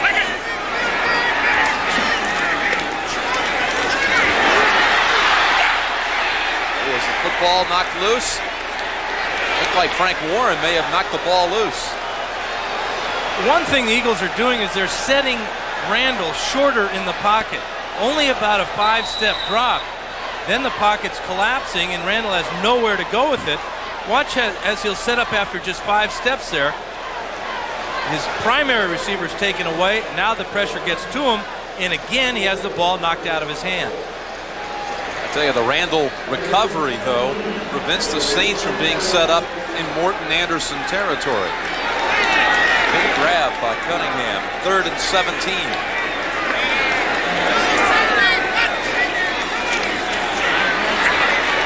Zips it behind the target, fires, and will bring on Fiegels.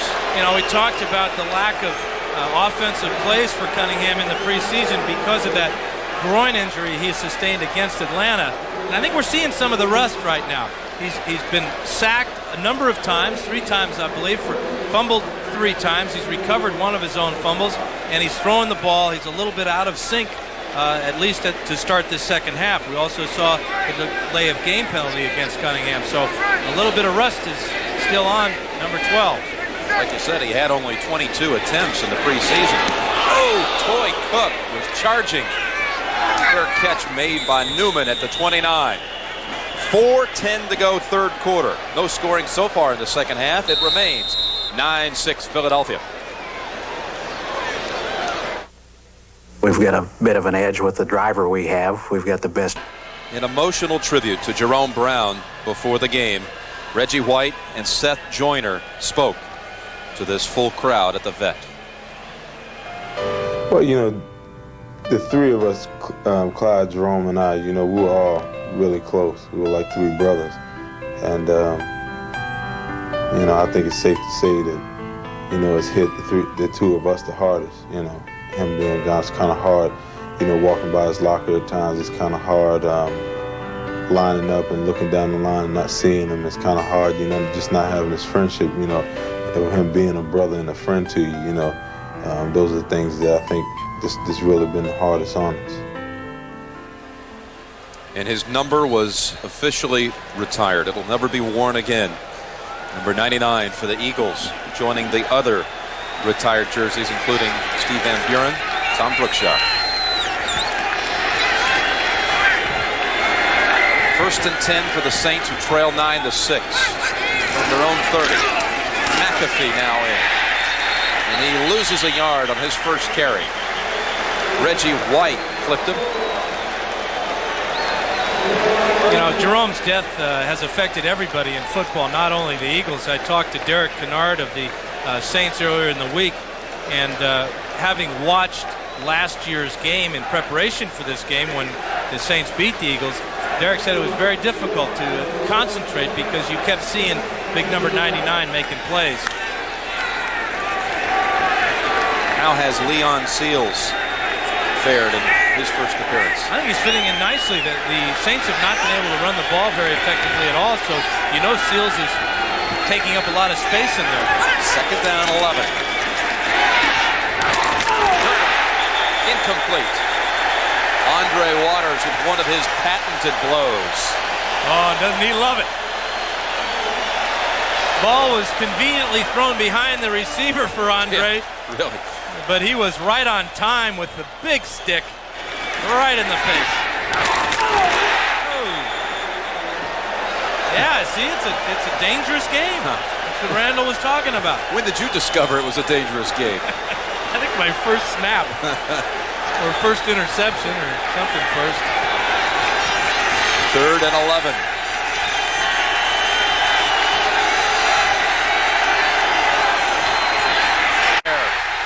Who fumbled it momentarily and falls on it inside of the 20.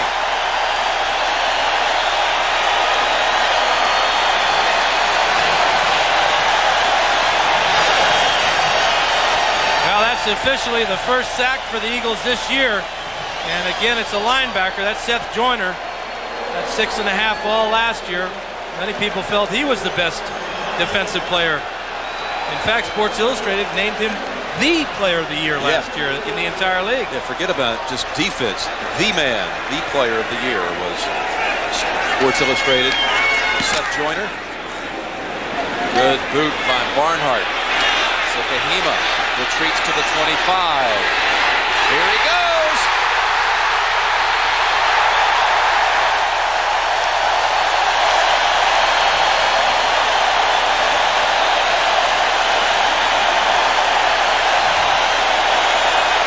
tackled by the punter.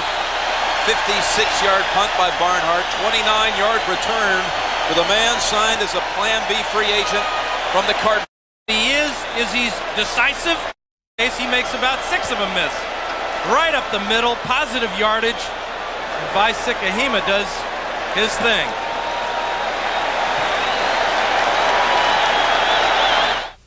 Mitsubishi. Picked up in the offseason, formerly with the Cardinals, last year with Green Bay, and what an addition to the special teams here. Give him 34 yards on the run back. From the Saints 42, Walker has his 100 and more. 12 yards on that carry. Real good push on the right side. You see Byers, number 41, lined up at tight end next to Antone Davis. He is working on the double team. Then he comes off for the middle linebacker, Vaughn Johnson. Doesn't really hit anybody, but he got in his way. Nice job on the outside of Calvin Williams contributing to the play. Nice gain on first down for a first down. That's the first time an Eagle back has run for 100 yards since November of '90. 16 carries, 108 yards.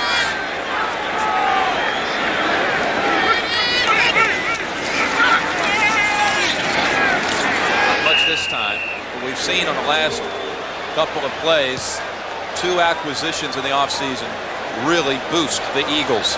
Kahima and Walker. And let's not forget Larry Pasquale, the new coordinator of the special teams. He promised Richie that special teams would be better. Pasquale was with the Chargers last year, and they led the league in overall special teams.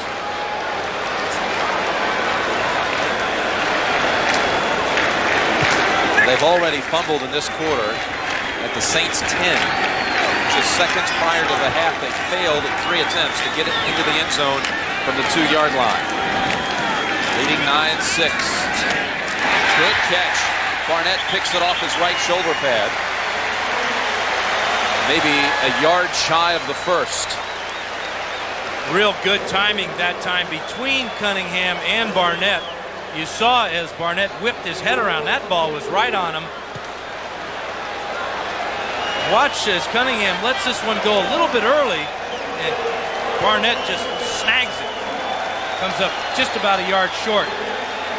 Looked like he had some of that stickum up there on his shoulder.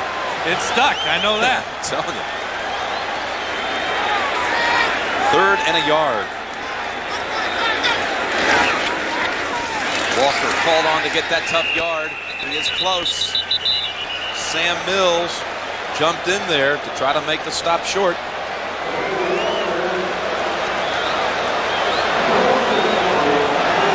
Now decision time. It appears he is short. Brings up 4th and short. Gonna go for it. That'll make everybody happy here, especially if they make it.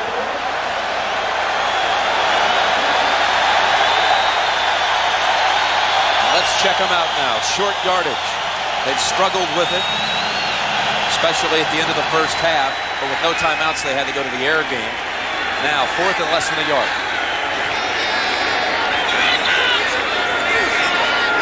Handle over the top. He'll have it.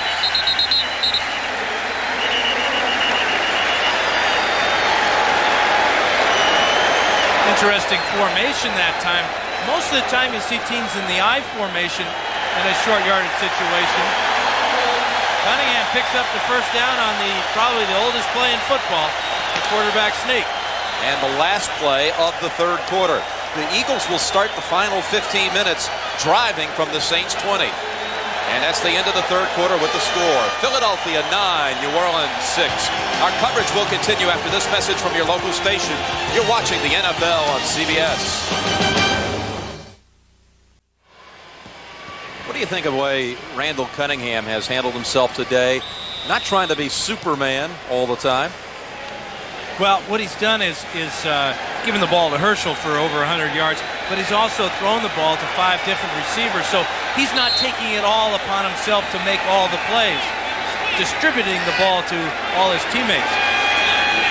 lunged for the first down at the end of the third. Now we start the fourth quarter. Eagles lead 9-6. First down from the Saints 20.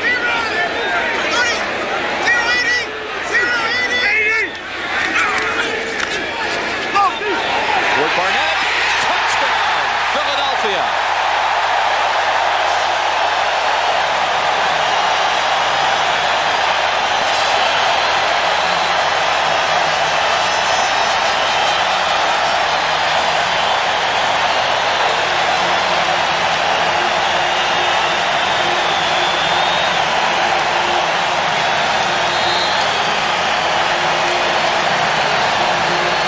Did it all on that play. He got Herschel lined up on the right side of the formation, called an audible, and threw a perfect strike to Barnett for the score.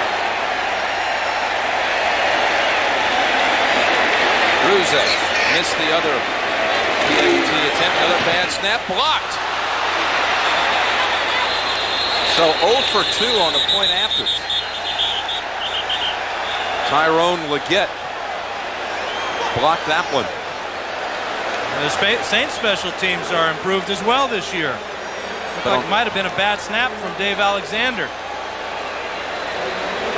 20-yard scoring pass. Well, Cunningham makes the audible, anticipating the blitz, the single coverage on the outside, and then the perfect strike to a guy that has great ability to get up in the air, Fred Barnett.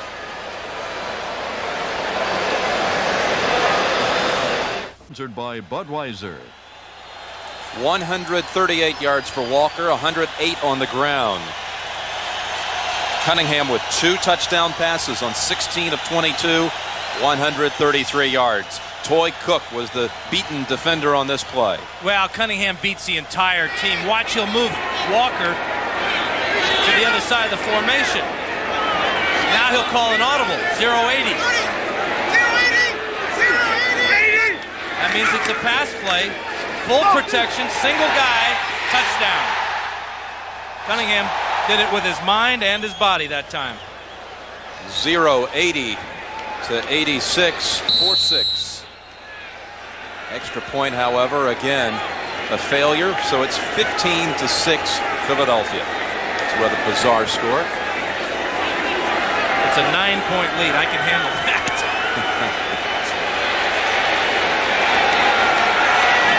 From the 1. Oh, they'll back him up to the 13. Ken Rose. So tough on the special teams for the Eagles.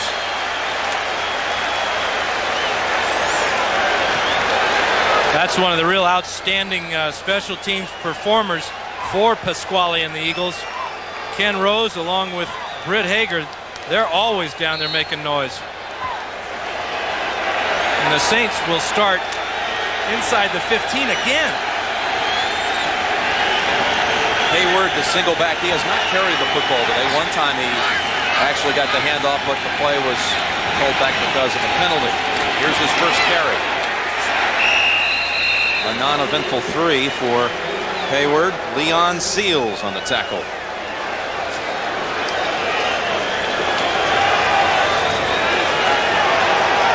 Well, coming up, game 2 of your doubleheader. Most will see the 49ers against the Giants.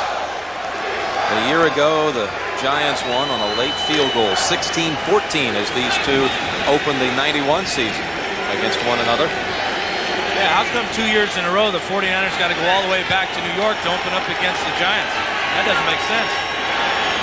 Second down, 7.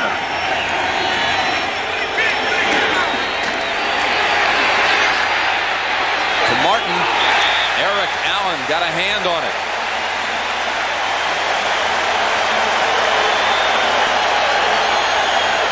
Eric Allen's had a couple of knockaways today. Yeah, and we talked about Martin only having 3 days of practice. Well, I guess it kind of evens up because this man, Eric Allen, just signed on Tuesday. Nice contract. It will keep him as at least the 3rd highest paid cornerback in football. And he deserves it. 2 Pro Bowls in just 5 years. That one he came real close to picking off and taking in for 6. He spent August during his holdout working out with the San Diego State University football team. 3rd down and 7. Look out. Oh, intended for Martin. Waters cut off the ball flight. Oh, and Hebert shaking up, too. He got drilled as he let that one go. Simmons and Joyner, the two who drilled him. Good coverage in the secondary. Hebert's real lucky this one wasn't picked off, but he doesn't have a whole lot of time to throw it. Watch him get hit there. And Andre Waters with the left hand on the ball to prevent the big play. But let's watch this hit. Simmons, oh, Seth Joyner right under the chops there. Dangerous game, he said. Hebert's 1 out of 9 this half.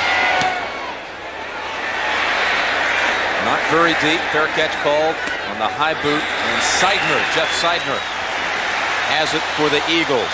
A rookie from Hawaii.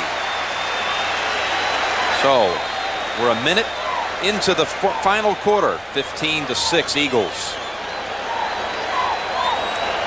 The National Football League. Old taste. Nothing beats a bud.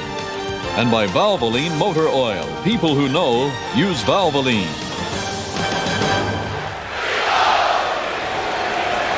Well, remember, Bobby Hebert had some surgery in the offseason on that right shoulder. He was driven to the ground on his left shoulder. And you did this for 15 years, Dan? Well, you see the beard, don't you, Jim? It's 2 reasons for the beard. Number one, to cushion the blow a little bit. That. And it also is to hide all the scars, because those shots right up there under the chin, and that's your KO shot every time. Does that make your bones ache a little bit when you see that? Yeah, you bet. Nice to be up here with you, pal. Good to have you. 48-yard line. Eagles with a 9-point lead. Walker challenging Sam Mills in about 3. Vaughn Johnson also helping out. A lot of people laughed at the Eagles when they claimed Herschel off the waiver wire, but they're not laughing now. This is the type of contribution that we haven't seen from Herschel in a number of years. But he's given it today. Almost 150 yards now of total offense. You know, when he signed, he came to camp. Some of the defensive players, remembering a Minnesota game here on a Monday night back in '89 where he had 3 rushes for 3 yards and a fumble, they weren't impressed. They said, what do we need him for? We don't need Herschel Walker. But now they've come around and they've said, entering the season, he's gained our respect. And I think all the fans respect today too. There's Sherman now on this run, gets inside the 40. And Jones stops him at the 15.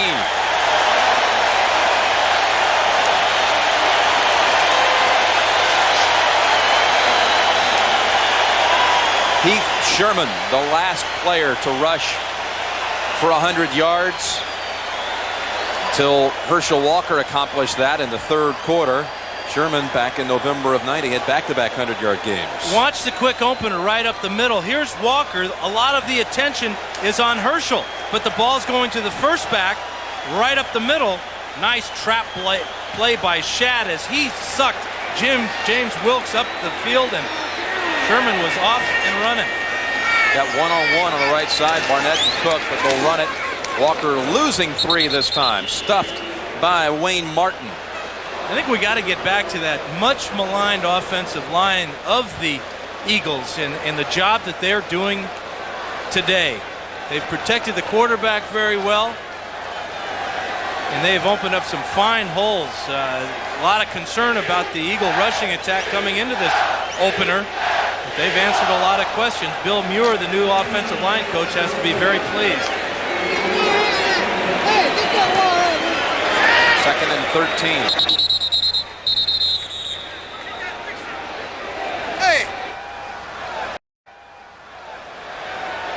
There's a cable that was stretched across the back of the end zone. And the back judge. Yeah, that's a radio cable. You see it's just laying on the ground.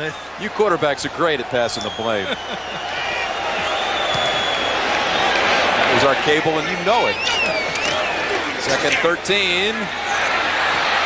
There's a sack for Swilling. Oh, they haven't ruled him down. Saints have it. It's Jim Wilkes. People just kind of frozen for a moment, thinking that Cunningham was ruled down. And Wilkes, had he picked it up clean, may still have been running at this time. He might have been caught just about now. Yeah, right. At about the 30. He's got to be kicking himself along with Randall. Watch Cunningham try to get away to the left side. Swilling is in there. He grabs him first. He'll get credit for the sack. There's the fumble. That's a good call by the referee, Dale Hamer. And now, big James Wilkes doing his very best to get something out of nothing. That's the 5th sack, the 3rd fumble by Cunningham alone, and 4 overall by the Eagles. They've now fumbled twice in this half, deep into Saints territory, but still lead 15-6. New life for the Saints. Wesley Carroll. Ooh, he juggled it and almost gave the Eagles an interception opportunity. We talked earlier about Randall being more patient and realizing he doesn't have to do everything himself. I think on that fumble there, that was a case of Randall trying to make something out of nothing. He was in the grasp of Pat Swilling on his way down, struggling, trying to break the tackle. That's where the fumble occurred. Down 9, the Saints operating at a quicker pace. 2nd and 10. That's not going to get much of it back as Hebert again hits the carpet. Reggie White took him down. It's curious, the last 2 plays for the Saints. Here we have over 11 minutes to go in the ball game, and they're throwing the ball as if they were down by more than 9 points. With their defense, I think that they can still drive the ball down, take 5 or 6 minutes off the clock, score a touchdown, and still have the ability to get it back and go down for a winning field goal. They're being a little impatient, which is a little bit out of character for them. 4 receivers, 3rd and 10.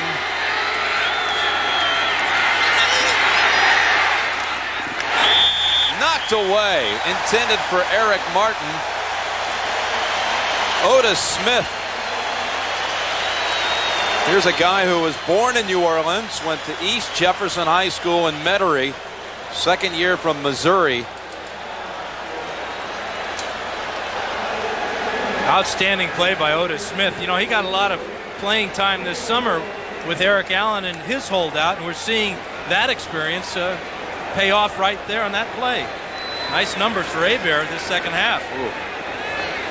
Sikahema.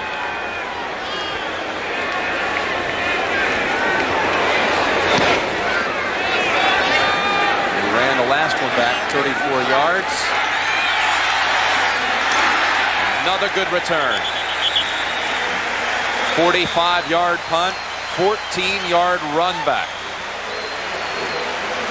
Poor Saints, you know, they have the worst opening day record in the National Football League, 6-19 in franchise history, but oddly enough, they had only opened on the road 3 other times. They had 22 home games as openers.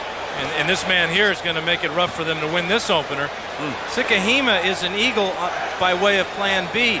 The Eagles remembered last year's opener against Green Bay when Sikahema had a long punt return, and also his career as a Cardinal. He drove the Eagles nuts with returns such as he's having here this afternoon. He's done it to everyone. Heath Sherman. We're about 5 across the 31. We're under 11 minutes to go. 9-point lead for the Eagles. And it's check-in update time. Back to New York. Greg Gumbel. All right, Jim, if it's football season, it must be a Barry Sanders highlight. Looks like he's wrapped up by the Chicago defense. Watch him break free and motor 43 yards for the touchdown. He's at 107 and counting for the day. It is now a 17-13 Detroit lead on the Chicago Bears in the 4th quarter. Boy, that was some run. Yeah, that'll put the Bears in a nasty mood as they head to the Superdome next week against the Saints. Backs from Oklahoma State having a big day. Thurman Thomas with 4 touchdowns as well. Sherman, no gain on 2nd and 5. I think you're right. The Saints, kind of uncharacteristic of that team. Very impatient on that last opportunity when they recovered the fumble. We're now just moving under 10 minutes to go. Well, you know, they've only been able to rush for 38 yards this afternoon, so maybe they've given up on the rush and say, hey, we've got to throw the ball to win it. But then you're facing that great pass rush of the Eagles. Not a lot of good choices for Carl Smith and Jim Mora right now. 3rd and 5. first half. Not this time. In fact, Walker retreats so far back he may have lost his 100-yard performance. Jim Wilkes takes him down for the loss. Against a veteran defense such as the Saints, trick plays such as that one aren't going to be successful the second time around. Walker lost 7 and fool me once, shame on me, something like that, right? What's the rest of it, though? Fool me twice, shame on thee. Okay. All right. 21 carries, 100 yards now for Walker. 15-6 Eagles. 8:50 remaining. Patrick Newman. Down at the 30. Jeff Seidner. Great tackle after a 50-yard punt. Now we're into a punting contest, a game of field position, but for the Saints, time is running out. 8:43 to go in the game, down by 9. Hebert with a frigid hand here in the second half. And how does this team come back when you're down 2 scores? How do they do it? They have to throw the ball to do it, and they have to find some way of protecting the quarterback. One way is to have Ironhead in there pass blocking. He's in there along with Dunbar in the backfield.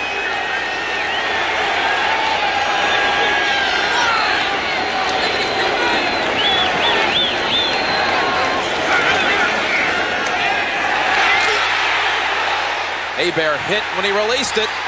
Interception, Hopkins. Reggie White forced the bad throw, and it was only a question of which Eagle would intercept. Well, they were fighting over it, I guarantee you. Watch Reggie from the left side gets away from his man, and Hebert, the ball is deflected, and Hopkins comes over and beats out 2 other guys for the interception. Watch the hit by Reggie White. An instant late for the sack, but the interception is 100 times better. He's thrown 2 interceptions in this half. And Reggie knew that there was a chance that one was going to be picked off. Did you see him look up the field? I see him dancing. Eric Allen looked like he would have had it easily. Hopkins secures it. Walker. And Swilling with the first contact.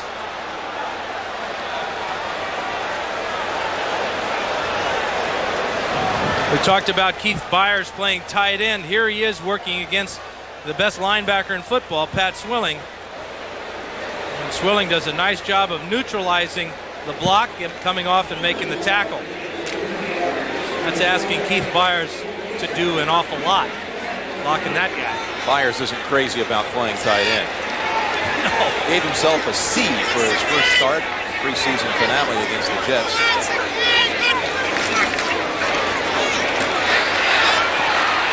Cunningham, while going down, hits Byers.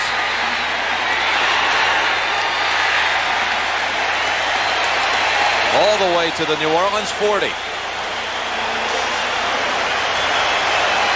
That may do it for New Orleans. That first down will take the clock down inside of 7 minutes. Cunningham finding his security blanket, if you will, and Byers picking up a first down. Cunningham close to being sacked that time, but shows you what type of athlete he is. The guy was down around his left leg where that knee brace is on his left knee, and it didn't seem to bother Randall at all. 5 catches for 40 yards for Byers. 7 minutes remaining. 15-6, Philadelphia. Get Robert Goff come in there at the end and lower the shoulder. We're seeing Philadelphia play it close to the vest here. The last 2 first downs, they've handed the ball to Walker for minimal gains. The big play, though, was the pass to Byers. They can't really afford to pound it against these Saints. The Saints are going to have 8 men up on line of scrimmage, so Cunningham and Kotite are going to have to decide on throwing the ball if they want to take the rest of this clock all the way down. Byers comes out to an ovation.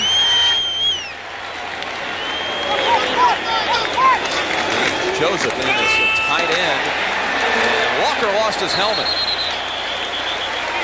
And is about a yard short of the first. Thankfully, there's no head inside that helmet. You hate when that happens. Yeah, that's not fun. Let's see who tries to decapitate Mr. Walker here.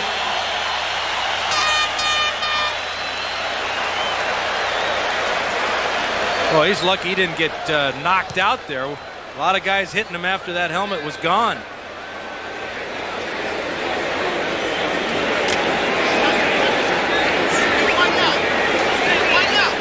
Atlanta jumped out to 17-0 against the Jets, but here come New York Jets with Brown and Nagel. Here's a snap again to Walker. And again, you can't fool me twice. Or you can't fool thee twice either. You know, that first time they ran the play, Herschel fumbled it.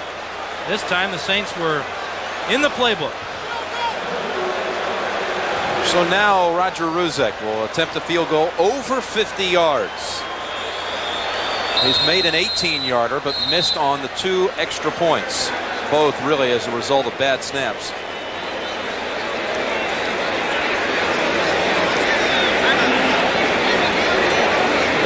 Oh, a timeout on the field with 5 minutes exactly remaining and a 9-point Philly lead.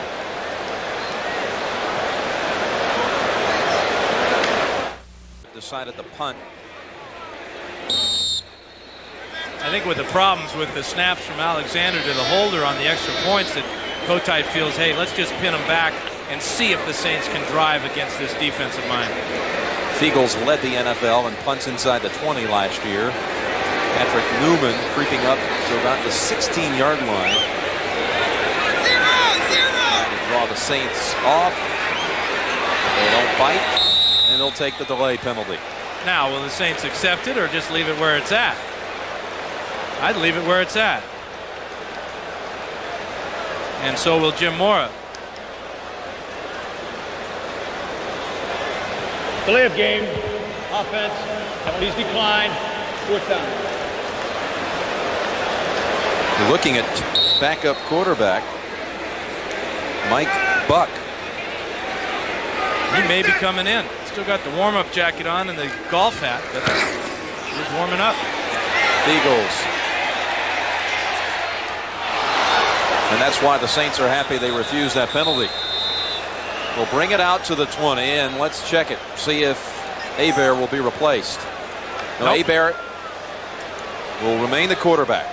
And it gives us a chance to talk about the fact that Buck has moved up to number 2 on the depth chart ahead of Steve Walsh. Talked to Jim Mora about that yesterday, and he said that he likes the zing of Mike Buck. That right arm of his is stronger than Steve Walsh. He said there's nothing that Steve Walsh did, but given the opportunity that Buck was presented in the preseason, all the plays, he felt felt that Buck earned the backup job because of that strong right arm and the potential in the future. Gotta love that zing. Saints needing 2 scores in the final 5 minutes. And that pass deflected at the line of scrimmage.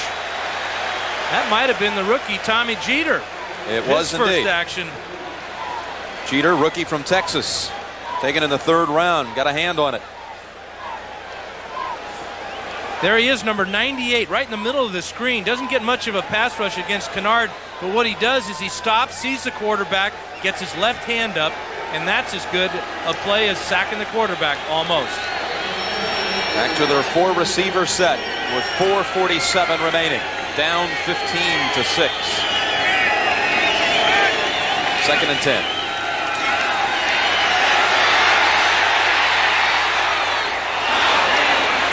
First down, New Orleans. Floyd Turner. Now, Hebert's got to hurry the offense up now. He's going to call this play from the line of scrimmage as they pick up the first down. No time to waste. 4.5 minutes to go.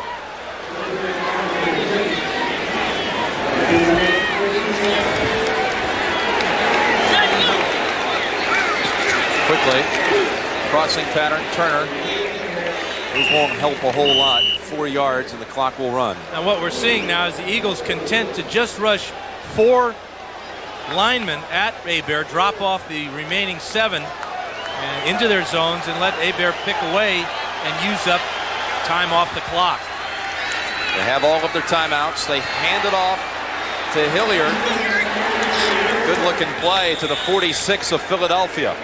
That is only the 7th first down of the game for New Orleans. That's why the Eagles were number 1 against the run, against the pass, and total defense last year. So the chain gang hurries in place. 3:30 remaining. Sideline pattern going long, and the Saints have it. The completion by Early at the 10.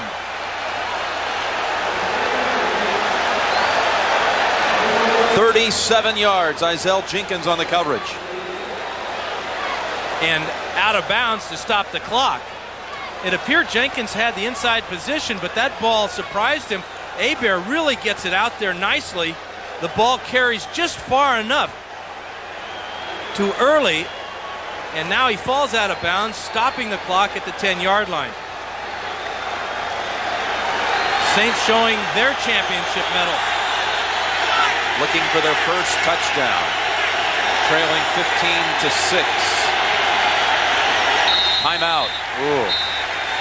Play clock was almost down to 0, and Hebert had to call timeout. That could really be costly. Leaves the Saints with 2.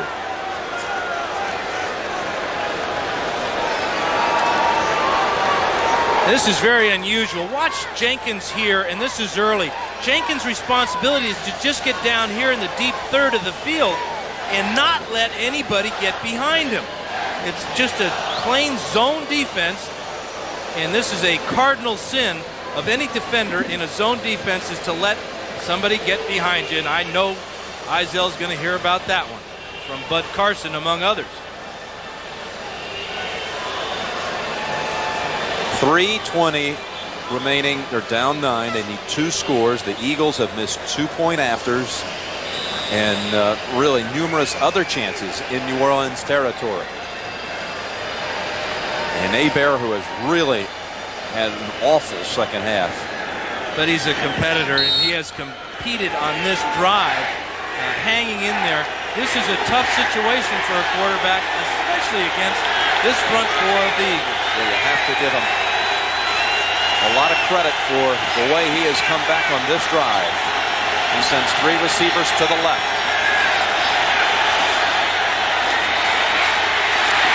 Rolls out to the end zone, and touchdown New Orleans. Wesley Carroll.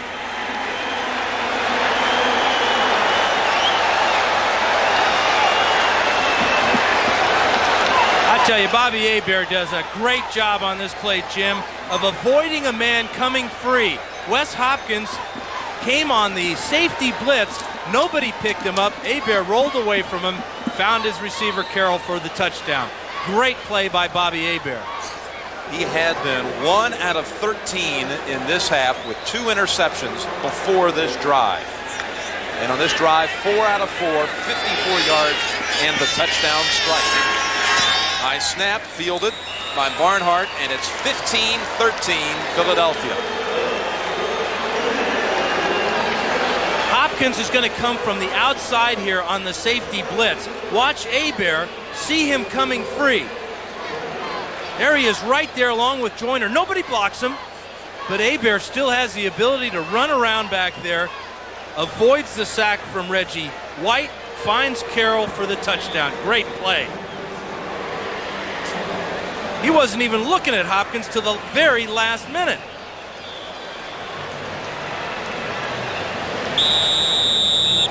Carroll with great awareness, too. Got him down. And you know, the one thing we haven't missed today is having to stop play to review things further by way of instant replay. I don't miss it at all. Been a great ball game for an opener. Hey, let's get an update. Back to Greg Gumbel in New York with the story. All right, Jim. at Chicago. Neil Anderson takes the ball around the left side and goes 18 yards for a Chicago touchdown. That puts the Bears up 20-17, but the Lions are back inside the Chicago 30 with less than 2 minutes to play at Soldier Field. Jim? Yeah, the Saints will host the Bears next Sunday. Now with 3:14 to go and 2 timeouts, they kick away. Walker takes the short kick at 15 and out to the 33. You talk about a disappointing kickoff when the Saints needed to kick one out of the back of the end zone to, number 1, have the Eagles start on the 20, and number 2, to take no time off the clock. Morton Anderson comes up with a chili dip down to the 15-yard line. Got under it a little bit too much. Got a little too much sod.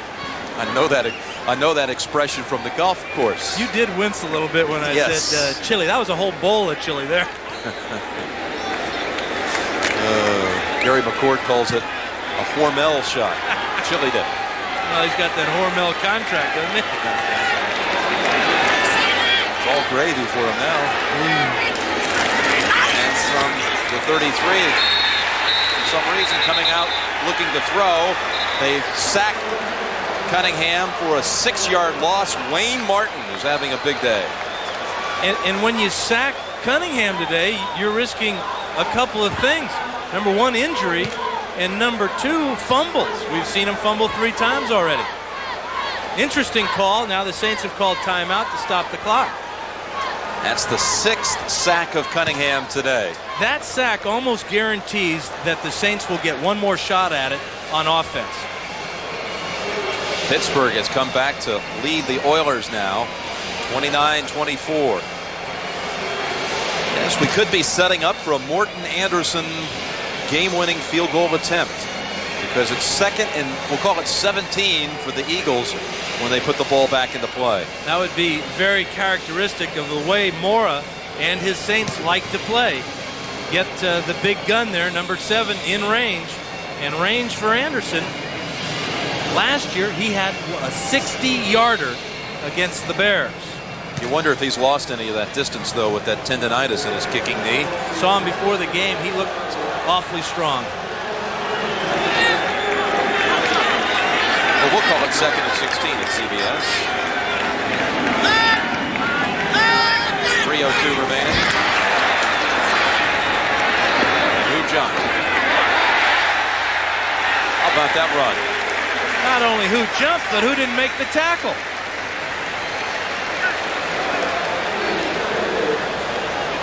Saints are offsides here. Now the decision, do you take the penalty, 2nd and 10, or do you bring up 3rd down and what about 7 yards?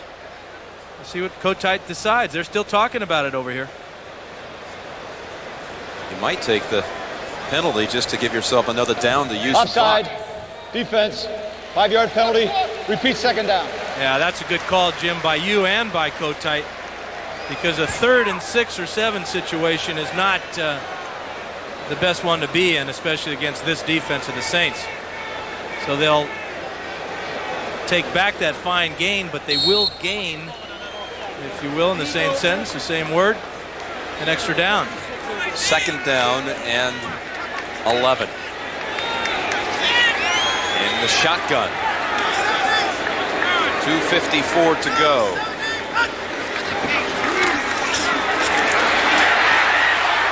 Overthrows Byers. The pocket was beginning to collapse on Cunningham. Gene Atkins on the coverage. So the Saints 1 down away from getting the ball back. You hear so many times defenses say we got to stay in our pass rush lanes when you face Cunningham. Watch Cunningham in the pocket here. He'll start looking around. Watch everybody just kind of stays in the lanes as they rush Cunningham. Don't let him get out running. Watch, he's starting to look for a place to run here. Pocket collapses and he throws it away. 3rd and 11. The Saints, I believe, jumped again. 3 down for the Eagles. And that's going to be interference. The defender had his back turned, Reginald Jones. Fred Barnett was the target.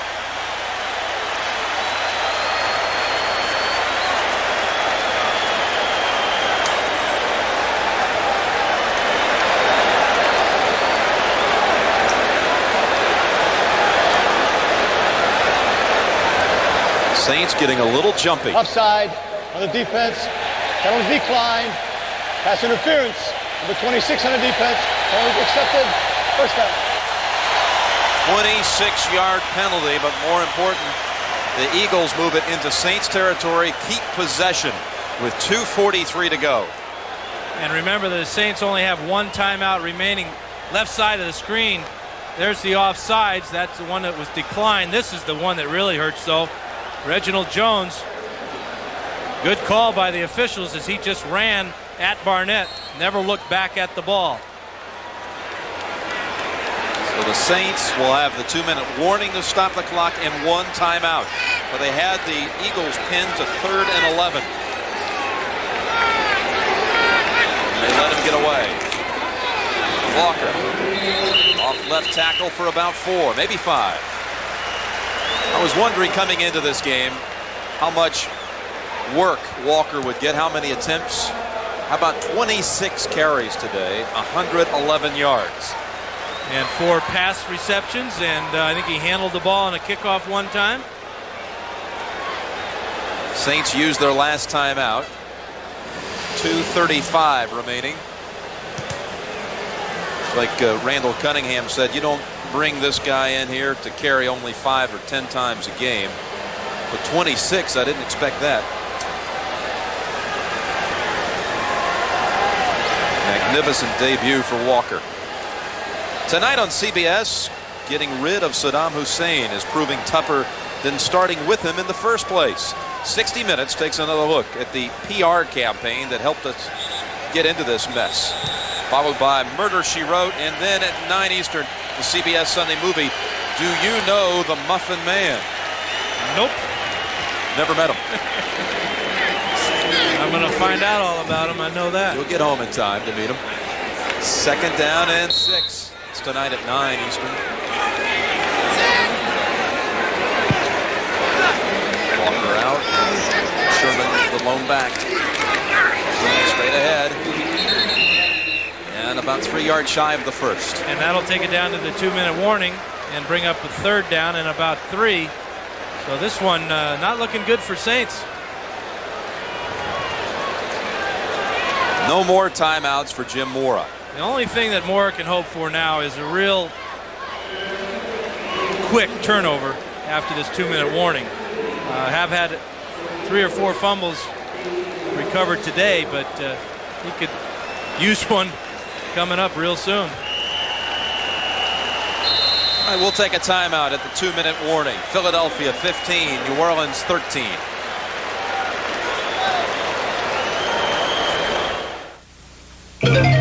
Eclipse, noun. A huge play for the Eagles. 3rd and 11 they faced. The Saints looking to get the ball back, trailing by 2. And what happened, Dan? Well, 2 mistakes on the play. Number 1, this is the Pat Swilling, the MVP last year on defense, jumping off sides. And then Reginald Jones will cause the 26-yard pass interference penalty that will just about do it for New Orleans. Well, they still have a breath if they can hold them here. 3rd and 3. Fake inside, outside to Byers. Mills makes it an attempt, won't get it. Hard running by Byers all the way to the 15. They'll run out the clock.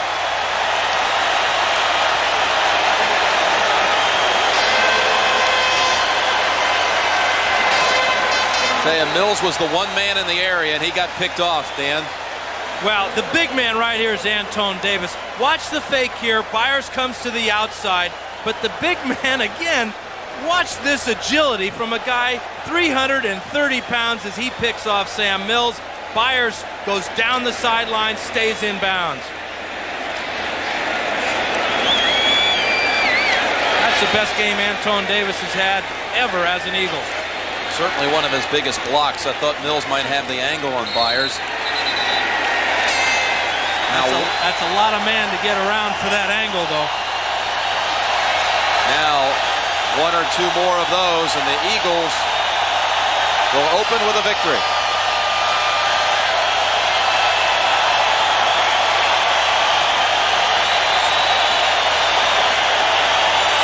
Well, it was a day packed with emotion.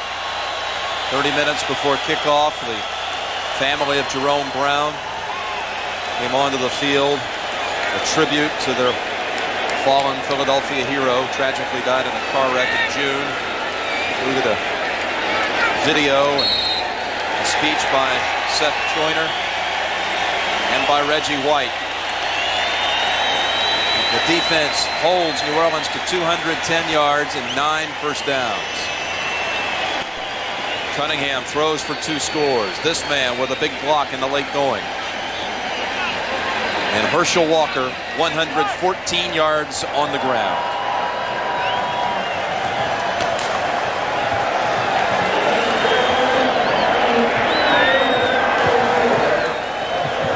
So for Dan Fouts, I'm Jim Nantz saying so long from Veterans Stadium in Philadelphia, where the final score is Philadelphia 15 and New Orleans